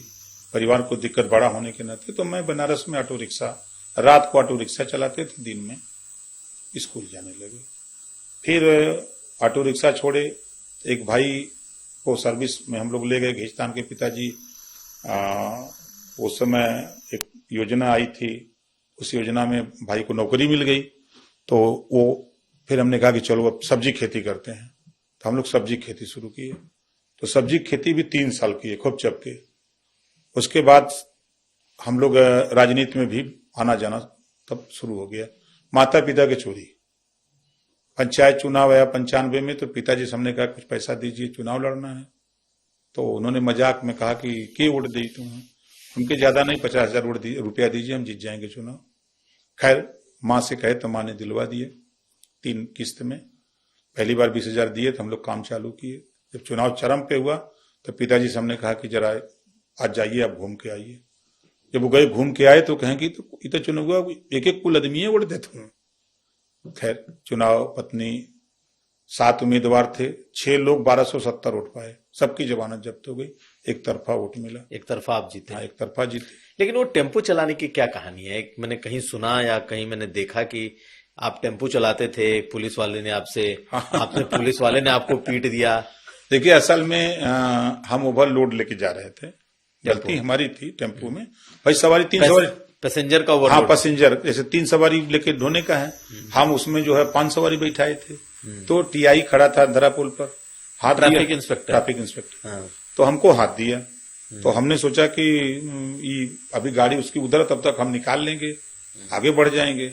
तो हम 15 पुल चौराहा पार करके आगे गए, तब तक वो बुलेट चालू करके घुमा के ले आके आगे खड़ा कर दिया। और खड़ा करके और जब खड़ा किया तो पैसेंजर उतर गए, तब हमारा हाथ खींच गया और 2-3 पटाखा लगा दिया। जब 2-3 पटाखा लगाया, मैंने कहा खबरदार टीआई साहब। वो भी समझा कि अरे एक टेम्पू चलाने वाला इस तरह की बोला, तो भी सामा का क्या बात है। उनके देखिए हमारी मजबूरी सुन लीजिए, मैं पढ़ता हूं, फीस नहीं अटती है, इस नाते मैं गलत हूं, ओवरलोड लेके आ रहा हूं, लेकिन दोबारा मारिएगा मत। कहा टेम्पू लेके चलो पुलिस लाइन, ले गया पुलिस लाइन, वहां टेम्पू खड़ा करा दिया। हमने उसी दिन बैठे हुए उनके टेम्पू कैसे मिलेगा यार। हमने कहा कि चलो भाई, अगर आपने टेम्पू मारा है हमको, एक दिन तो उससे सलूट कराऊंगा। मन में ये अपने ठान लिया था। खैर वो दिन आया। हाँ वो दिन आया तो मैंने पहले बनारस फोन किया डीएम को। कब आया वो दिन? 2017, जब मैं पिछली बार सरकार में मंत्री हुआ, तो मेरे दिमाग में वो बात गुजर रही थी। यानी कि ये घटना कब की थी? ये घटना थी करीब 85-86 की घटना थी। और 2017 में तक आपको याद था कि आपके साथ ये हुआ है? जब बनारस जाते थे तब खुद खट से याद आया कि देखा यही मल्ले टीआई हम है। तो वैसा है कि वो चौराहा ऐसा है, कोई से निकलना रोड का रहा। तो जब मैं शपथ लिया तो मैंने डीएम को बनारस फोन किया कि जरा हमको एक चीज बताइए कि 80 से लेके 90 तक बनारस में टीआई कौन था। अच्छा, आपने ढूंढवाया? हाँ, तो पता लगा कि इलाहाबाद के एक थे, उस समय वो रिटायर हो चुके थे 17 में। हाँ, तो उनका एड्रेस मंगवाया इलाहाबाद से, डीएम से ही एड्रेस मंगवाया, प्रोटोकॉल बनवाया। उस भी आदमी को पता नहीं कि कौन मंत्री हमारे यहाँ कहीं आ रहा है। अच्छा, उनके घर का प्रोटोकॉल लगा के आप जा रहे हैं? हाँ, तो वो बहुत लोगों से पूछा, वहां दरोगा गए तो कहा भैया हम लोगों को पता नहीं, मंत्री जी आ रहे हैं आपके यहाँ, अब वही बता सकते हैं, हम लोगों को जानकारी नहीं है। मैं गया तो सीओ, इंस्पेक्टर, वहां के एसडीएम सब लोग, क्योंकि कैबिनेट मिनिस्टर थे, उसके बदौलत गए उनके यहाँ। तो हम भी नहीं पहचानते थे भाई, टीआई उस समय और रिटायर होने के बाद कौन पहचानेगा, लंबा समय बीत गया। मैं गया वहां तो हमने पहले से ही लगा रखा था। वहां के दरोगा को बताया कि मैं जब पहुंचूं तो उस टीआई से जो रिटायर्ड है अफसर, उनसे हमारा परिचय बता देना कि यही है। तो दरोगा अपना आया, धीरे से कहा सर यही है। तुमने कहा कि सर खड़ा हो जाइए। मैंने उनको सलूट किया। आपने सलूट किया? हमने सलूट किया। अच्छा, हम के आपको सलूट करते हैं। तो उन्होंने कहा कि सर क्यों? हम के आपने मुझे मारा नहीं होता तो हम मंत्री नहीं बने होते। तो वो कहा कि हम कहाँ मारे आपको? हम के आप टीआई थे बनारस, याद है? कहाँ थे? हम के अंधेरा पुल पर किसी लड़के के साथ आपने उसको 3-4 पटाखा मारा था और ओवरलोड लेके जा रहा था। तो वो लड़का आपसे कहा होगा कि खबरदार टीआई साहब दोबारा मत मारिएगा, और मैं पढ़ता हूं और फीस नहीं अटी, इस नाते हम ऑटो रिक्शा रात को चला रहा हूं। कहा हाँ याद है, हमको याद आ गया। हाँ, उसको भी याद आ गया। कहा नहीं, एक लड़का ऑटो रिक्शा लेके जा रहा था और ओवरलोड था, मैंने हाथ दिया, नहीं रोका, तो मैं आगे गया तो उसको रोका तो सवारी उतरा, उसको नीचे उतारा तो 2-3 पटाखा मारा मैंने, और उसके बाद वो यही शब्द तो बोला था, हमको लड़का मैं ही हूं टीआई साहब, ओम प्रकाश राजभर। फिर वो जो है गले मिला, कहा धन्य हो प्रभु, इतना आपको याद है और मंत्री बनने के बाद आप मेरे यहाँ आए। तो खल्ली आ गए, घर बैठे व्यवस्था अपना किए थे, नाश्ता पानी कराए सब।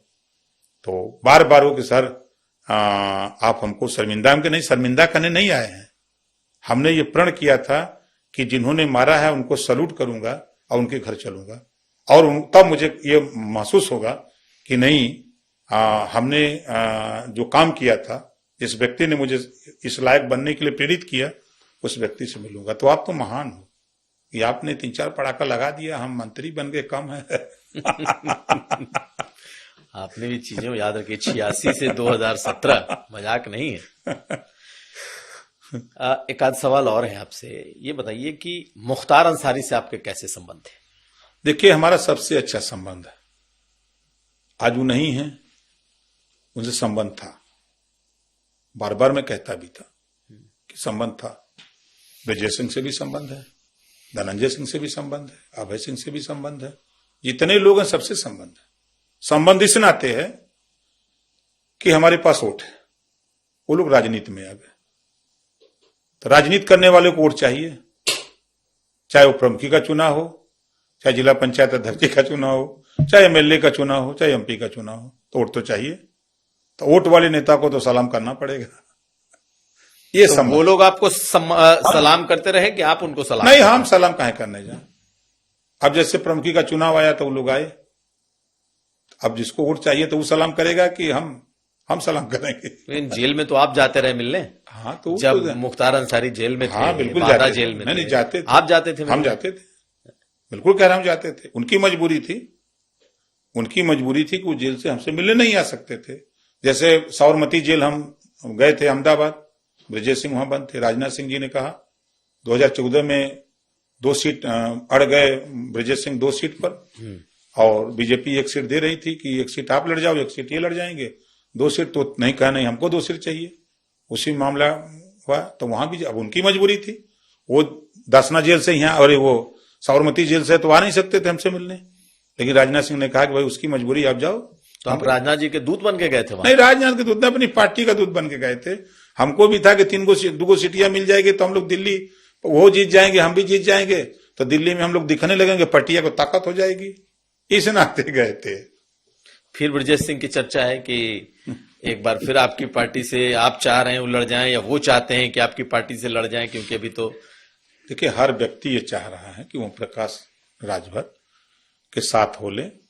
इनका अलायंस एनडीए से है, एक बड़ा वोट है, हम चुनाव जीत जाएंगे। हर व्यक्ति इस समय राजनीति करने वाला इस फिराक में है। ओम प्रकाश राजभर, भाई सीट मिलेगी एनडीए गठबंधन के लोग तय करेंगे, हम ही नहीं तय करते। सब लोग भाई वो सीट कैसे जीती जाए, तो अपना अलग अलग राय होती है, हम अपनी बात रखते हैं। ये सीट हमको मिल गई तो वहां होता है भाई आप यहां कैसे जीतोगे, बताओ किसको लड़ाओगे कि जीतोगे। ये बसपा कैंडिडेट है, ये सपा कैंडिडेट है, कांग्रेस का है, तो हम कहते हैं हम इसको लड़ाएंगे, हम जीतेंगे, तो लोग मुहर लगा देते हैं। तो आपको लगता है कि अभी जो मऊ सदर की सीट है उसके लिए ब्रजेश सिंह आपके कैंडिडेट हो सकते हैं? राजनीति में सब कुछ संभव है। हाँ, संभव कुछ नहीं है। और मजे की बात आपको बता दें कि मुख्तार अंसारी जी जब जिंदा थे तब मैं 6000 वोट से हारा था, और आज वो नहीं है। अब वो लड़ाई खत्म हो गई। जिस 5 साल वो व्यक्ति लड़ता था चुनाव विधानसभा का, अब उस तरह का कोई लड़ने वाला नहीं है धरती पर। आज भी मैं कई लोगों से मिलता हूं, वो ये कहते हैं कि भाई देखो हम लोग मुख्तारवादी हैं, राजपूत भी हैं, ब्राह्मण भी हैं, भूमियार भी हैं, यादव भी हैं, राजभर भी हैं, पटेल भी हैं, मुसलमान भी हैं, चौहान भी हैं। हर तबके में उस व्यक्ति को, भाई उस व्यक्ति को हम लोग आधी रात को फोन करते थे, शादी विवाह तिरही बरही, कहीं मुसीबत तुरंत खड़ा होता था। मुख्तारवादी? हाँ, आज भी हैं लोग, आज भी लोग हैं, हमसे खुद मिलते हैं। जब मैं कहता हूं कि देखिए उनके परिवार का कोई लड़ेगा भाई, तो हम लोग तो उनको वोट देंगे, चाहे मोदी जी आवे, चाहे योगी जी आवे, चाहे आप आओ, आपके सामने हम लोग कह रहे हैं, ये वो लोग कहते हैं। तो इसका मतलब आज भी उस सीट पर अगर अब्बास अंसारी की जगह उनके परिवार का कोई और आता है तो फिर किसी के लिए चांस नहीं है? तो आप ही कह रहे हैं आप ही की हाँ, नहीं, लड़ाई होगी तगड़ी। लड़ाई तो जीतने पर नहीं पाएंगे। अब वो जीत नहीं पाएंगे। असल में देखिए वहां स्थिति क्या है, करीब लगभग 80,000 वोट राजभर का है अकेले मऊ सदर में। हाँ, नंबर 1 पर है मुसलमान, नंबर 2 पर है राजभर, नंबर 3 पर चमार है। वहां करीब 40-42 हजार वोट दलित का है। ये 3 वोट बड़ा वहां है, उसके बाद और लोग वोट है, नहीं कह रहे हैं सबका वोट है, लेकिन ये 3 बड़ा वोट है। तो अब तो आप एनडीए के साथ हैं, आप चाह के भी मुख्तार के परिवार को नहीं लड़ा सकते? तो हम कहां लड़ा रहे हैं? ये तो अब अखिलेश यादव जी लड़ाए थे ना, हम थोड़ा लड़ाए थे। हम तो, उन्होंने कहा कि आप अपना सिंबल दे दो, पार्टी से आपके लड़ जाएगा। तो वो तो समाजवादी पार्टी का, आज भी मैं कह रहा हूं समाजवादी पार्टी के कैंडिडेट थे, हमारी पार्टी के कैंडिडेट थोड़े थे, सिंबल हमारा था। लेकिन अब लड़ेंगे, आपको है कि आप ही लड़ेंगे वो सीट? हमको पूरा भरोसा है, और पार्टी ही चुनाव लड़ेगी। एक सवाल और है उसमें कि एक सवाल और आपसे है कि पिछली बार जब आप मंत्री थे तो आप पिछड़ा मंत्रालय, दिव्यांग मंत्रालय को खूब खरी खोटी सुनाते थे कि भाई इसका ऐसा दे दिया कि न पैसा है, न फंड है, न हम कुछ कर सकते हैं। अब आपको इतना मंत्रालय मिल गया है, इसी से खुश हैं? नहीं, काम देखिए, जनता का काम। सच तो ये है कि पंचायती राज सब लोग जानते हैं कि बड़ा विभाग है और गांवों से जुड़ा हुआ विभाग है, तो यहां काम करने का मौका बहुत अच्छा है।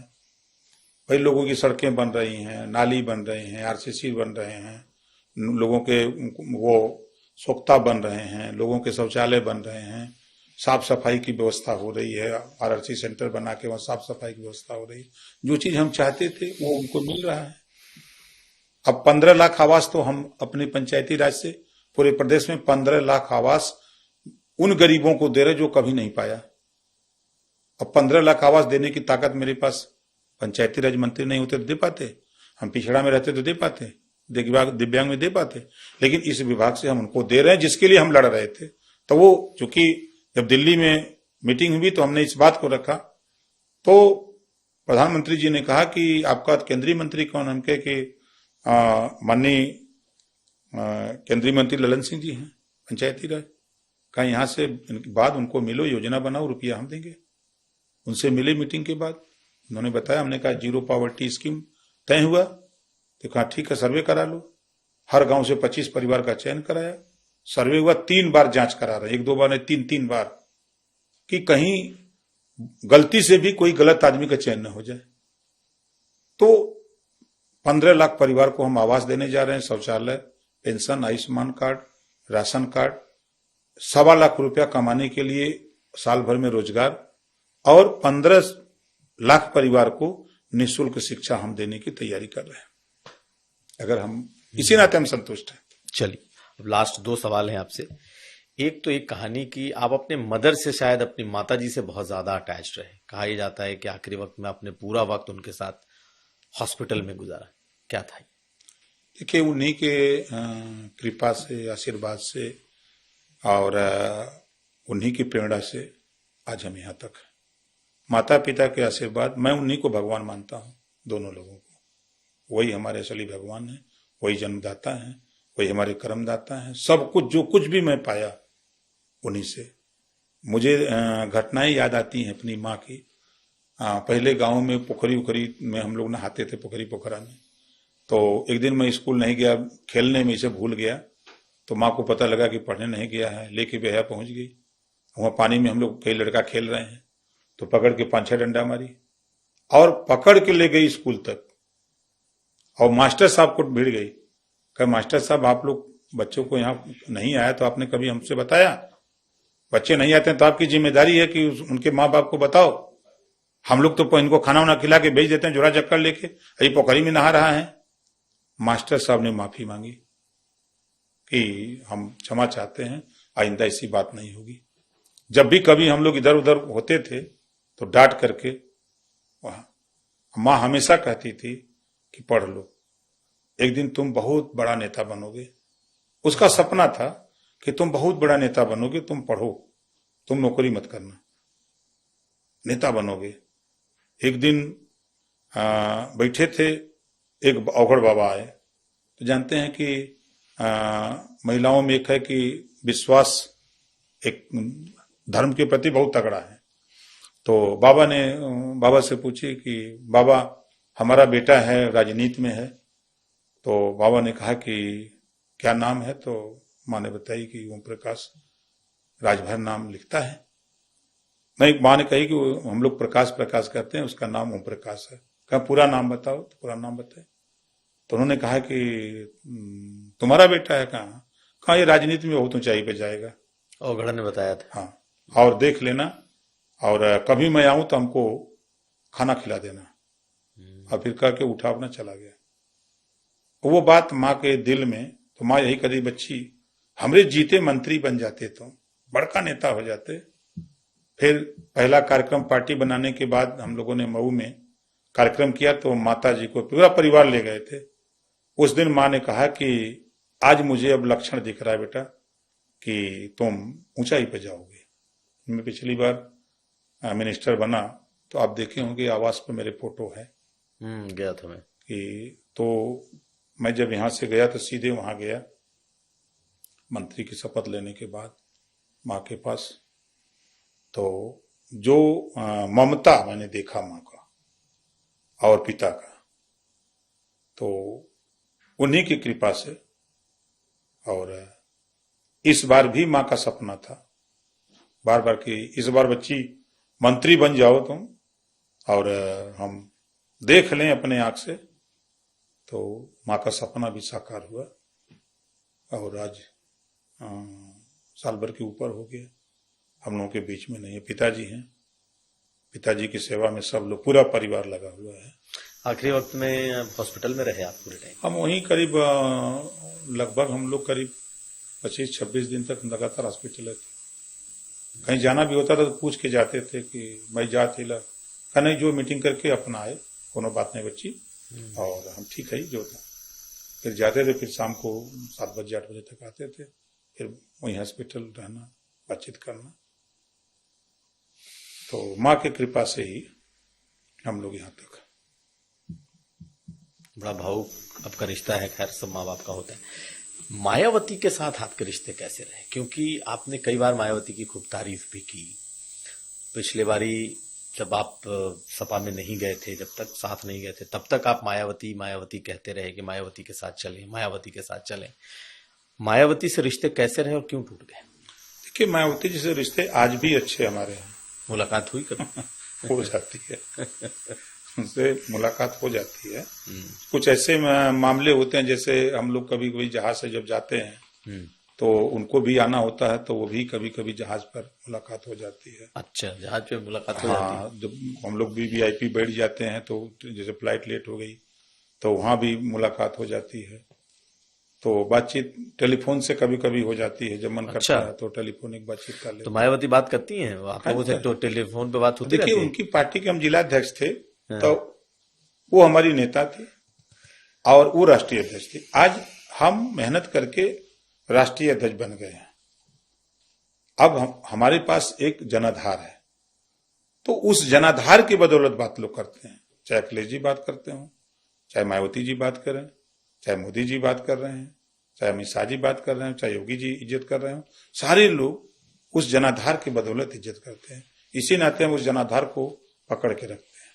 उन्होंने कभी ऑफर नहीं दिया आपको आने का, या आपने नहीं कहा कि हम आपके साथ आते हैं? नहीं, पिछली बार हम अखिलेश जी के जाने के पहले बड़ा प्रयास किए मायावती जी से कि इनके साथ गठबंधन हो जाए, क्योंकि पूर्वांचल में दलित और राजभर का इतना बढ़िया गठजोड़ है। जैसे आप मऊ सदर की ही सीट पर समझ लीजिए कि दलित और राजभर दोनों एक जगह पोल करेगा तो कोई हरा ही नहीं सकता, चाहे दुनिया एक तरफ हो जाए। घोसी दलित और राजभर का गठबंधन हो जाए, किसी को लड़ा दीजिए, कोई माइक लाल नहीं हरा सकता। रसड़ा में दलित और राजभर का गठबंधन हो जाए, किसी की जरूरतें नहीं है, कोई नहीं हरा सकता। उधर की करीब समझिए 66 सीटें ऐसी थी जो बसपा चुनाव जीत जाती थी। बसपा क्यों पीट गई? राजभर हट गया, दलित अकेले रह गया। इसी वजह से बसपा बड़े पैमाने पर पीट गई। आज भी हम जैसे जहुराबाद से विधायक हैं, आज हम खाली पर्चा भर दें और बसपा से गठबंधन हो जाए, मुझे प्रचार करने नहीं जाना है, हम लोग लगभग 1.25 लाख वोट पा जाएंगे। चुप मार के पर्चा भर के आके लखनऊ अपना घूमे या कहीं प्रचार करें, कोई दिक्कत नहीं है, चुनाव जीत जाएंगे। लेकिन क्या मायावती का आज भी ग्राउंड पर वो होल्ड है, या फिर चंद्रशेखर ने उसको? नहीं, देखिए, चंद्रशेखर कुछ नहीं कर सकते कि मायावती जी और कांसीराम जी ने उनके लिए किया है, तब उनके साथ डटे हुए हैं। कि आज का नौजवान है, नौजवान सोच रहा है कि ललकारने वाला आदमी आ जाए, वो आ जाए, तो मर मुकदमे हो जा रहे हैं। जैसे इलाहाबाद देखिए, किसी घटना में गए चंद्रशेखर भाई, अब वो मुकदमा हो गया। अब जितने लोगों के ऊपर मुकदमा हुआ, अब तो वो परेशान, अब उनकी मदद कौन करेगा? मायावती जी की जो विचारधारा थी, वो समाज कमजोर है, उसको लड़ाई झगड़े में न खड़ा करो। अभी आज के तारीख में आपको बता दूं कि मायावती जी खाली सिर्फ निकल दें, 18 मंडल में वो मीटिंग कर दे, तो समाजवादी पार्टी उसके पीछे खड़ी होगी। आज के तारीख में आज भी इतना होल्ड इतना है उस आदमी मायावती का। देखिए, दो चीजें हम लोग साथ रहे हैं, हम उनको इसी नाते मानते हैं कि जैसे अति पिछड़ा और अति दलित यहां खड़ा करा दीजिए 100 लोगों को, और एक समाजवादी पार्टी का गाड़ी खड़ा कर दीजिए, ट्रैक्टर, और एक बहुजन समाज पार्टी का खड़ा कर दीजिए, तो समाजवादी पार्टी पर इनको जेसीबी से भी ला देंगे तो उतर के भागेंगे। अब मायावती जी वाली गाड़ी पर अपने से चढ़ के बैठ जाएंगे। ये है अंतर। मायावती जी के साथ 38% अति पिछड़ा जाने को तैयार है, खाली वो घर से निकल के आ जाए। उनके साथ जाने से राहत उसको महसूस रही जब तक उनकी जब सरकार रही। इस नाते मायावती जी को हम अच्छा समझते हैं। तो आप इतनी बातें समझ रहे हैं, मायावती क्यों नहीं समझ रही? हम समझाने की कोशिश किए, पिछली बार तो हम बड़ी कोशिश किए। अभी लोकसभा के चुनाव में मैंने कहा, मैं तो डिबेट पर कहा, टीवी पर आके बाइट पर हमने कहा कि मायावती जी को साथ ले लो, हम आ जाएंगे। मायावती जी को साथ ले लो, सरकार बन जाएगी। तो अखिलेश जी ने कहा कि मायावती जी आ जाएंगे तो हम निकल जाएंगे। याद है ना, कहा था ना। मतलब कि आप चाहते हो, अखिलेश जी चाहते हैं कि भारतीय जनता पार्टी की सरकार रहे, आप बदनाम बहुजन समाज पार्टी को करते हो कि भाजपा की वो बी टीम है। असली बी टीम तो समाजवादी पार्टी है। समाजवादी पार्टी हमेशा, आप इतिहास उठा के देखिए, हमेशा बीजेपी की मदद की है।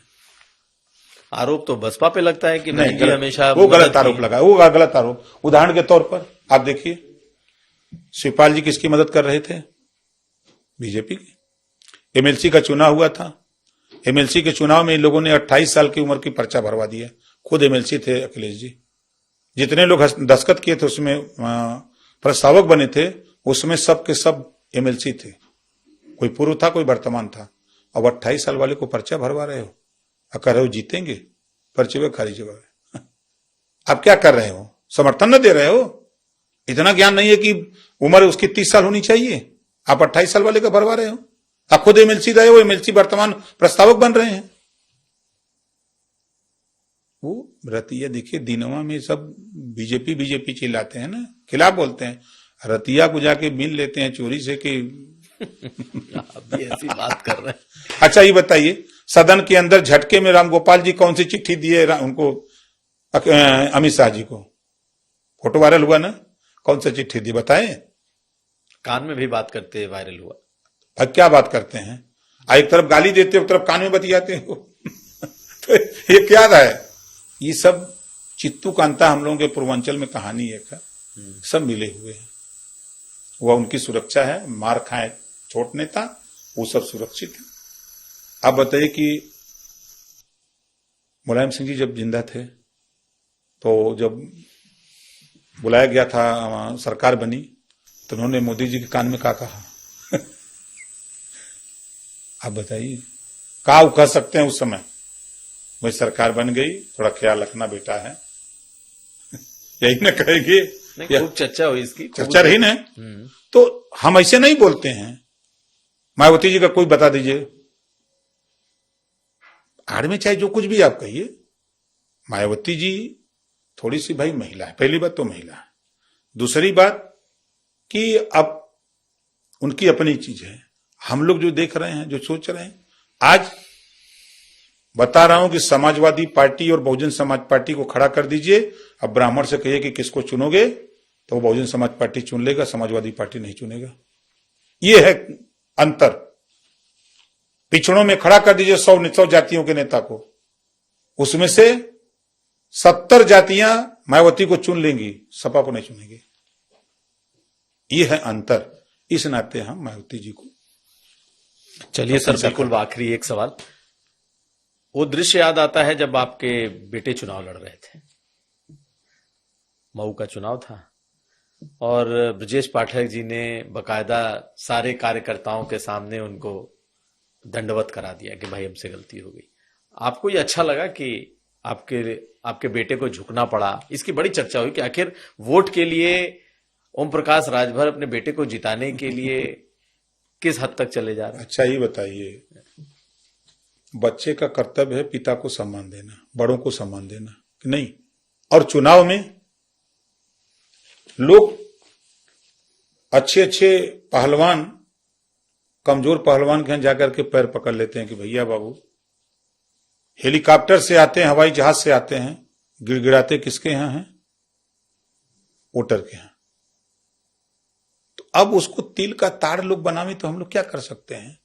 राजनीति में सब जायज है, सब जायज, सब जायज है, कोई नाजायज नहीं है। राजनीति के लिए भाई वहां जितने लोग बैठे थे, हम समझते हैं कि अगर तुलना करेंगे तो 99% सब लोग अरविंद से बड़े थे। जितने लोग रहे उनसे बड़े थे। अगर वो वोट के लिए झुक के माफी हम कही रहा कि भैया मान लीजिए, हमको जिताइए, गलती हमसे हो गई, काबूरा कर दिए। प्रधानी के चुनाव में हम लोग देखते हैं, जब जाते हैं वोट मांगने, अरे तू कर युगले रहना, तुम्हारा दादा मरले रहना जो तो वोट मांगे आलुआ, अरे भाई दादा के छोड़ा, हम तार गोड़ पर थे, तो हाथ जरूरत थी। नहीं होता है वोट के लिए ना। ये पावर बाबा साहब डॉक्टर अम्बेडकर जी ने जो दिया है वो बड़ा पावर वोट का। इसके लिए वोट पाने के लिए आप देखिए, हेलीकॉप्टर से आते हैं लोग, हवाई जहाज से आते हैं, हीरो हीरोइन लिया के नचाते हैं, वोट कैसे मिल जाए, भोपू बजाते हैं, दारू पिलाते हैं, मुर्गा खिलाते हैं, काका नहीं करते हैं वोट के लिए, सब कुछ पैसा देते हैं, सब कुछ करते हैं। तो वो बड़ा पावर है। उस पावर को लेने के लिए इसी नाते हमने कहा राजनीति में सब जायज है।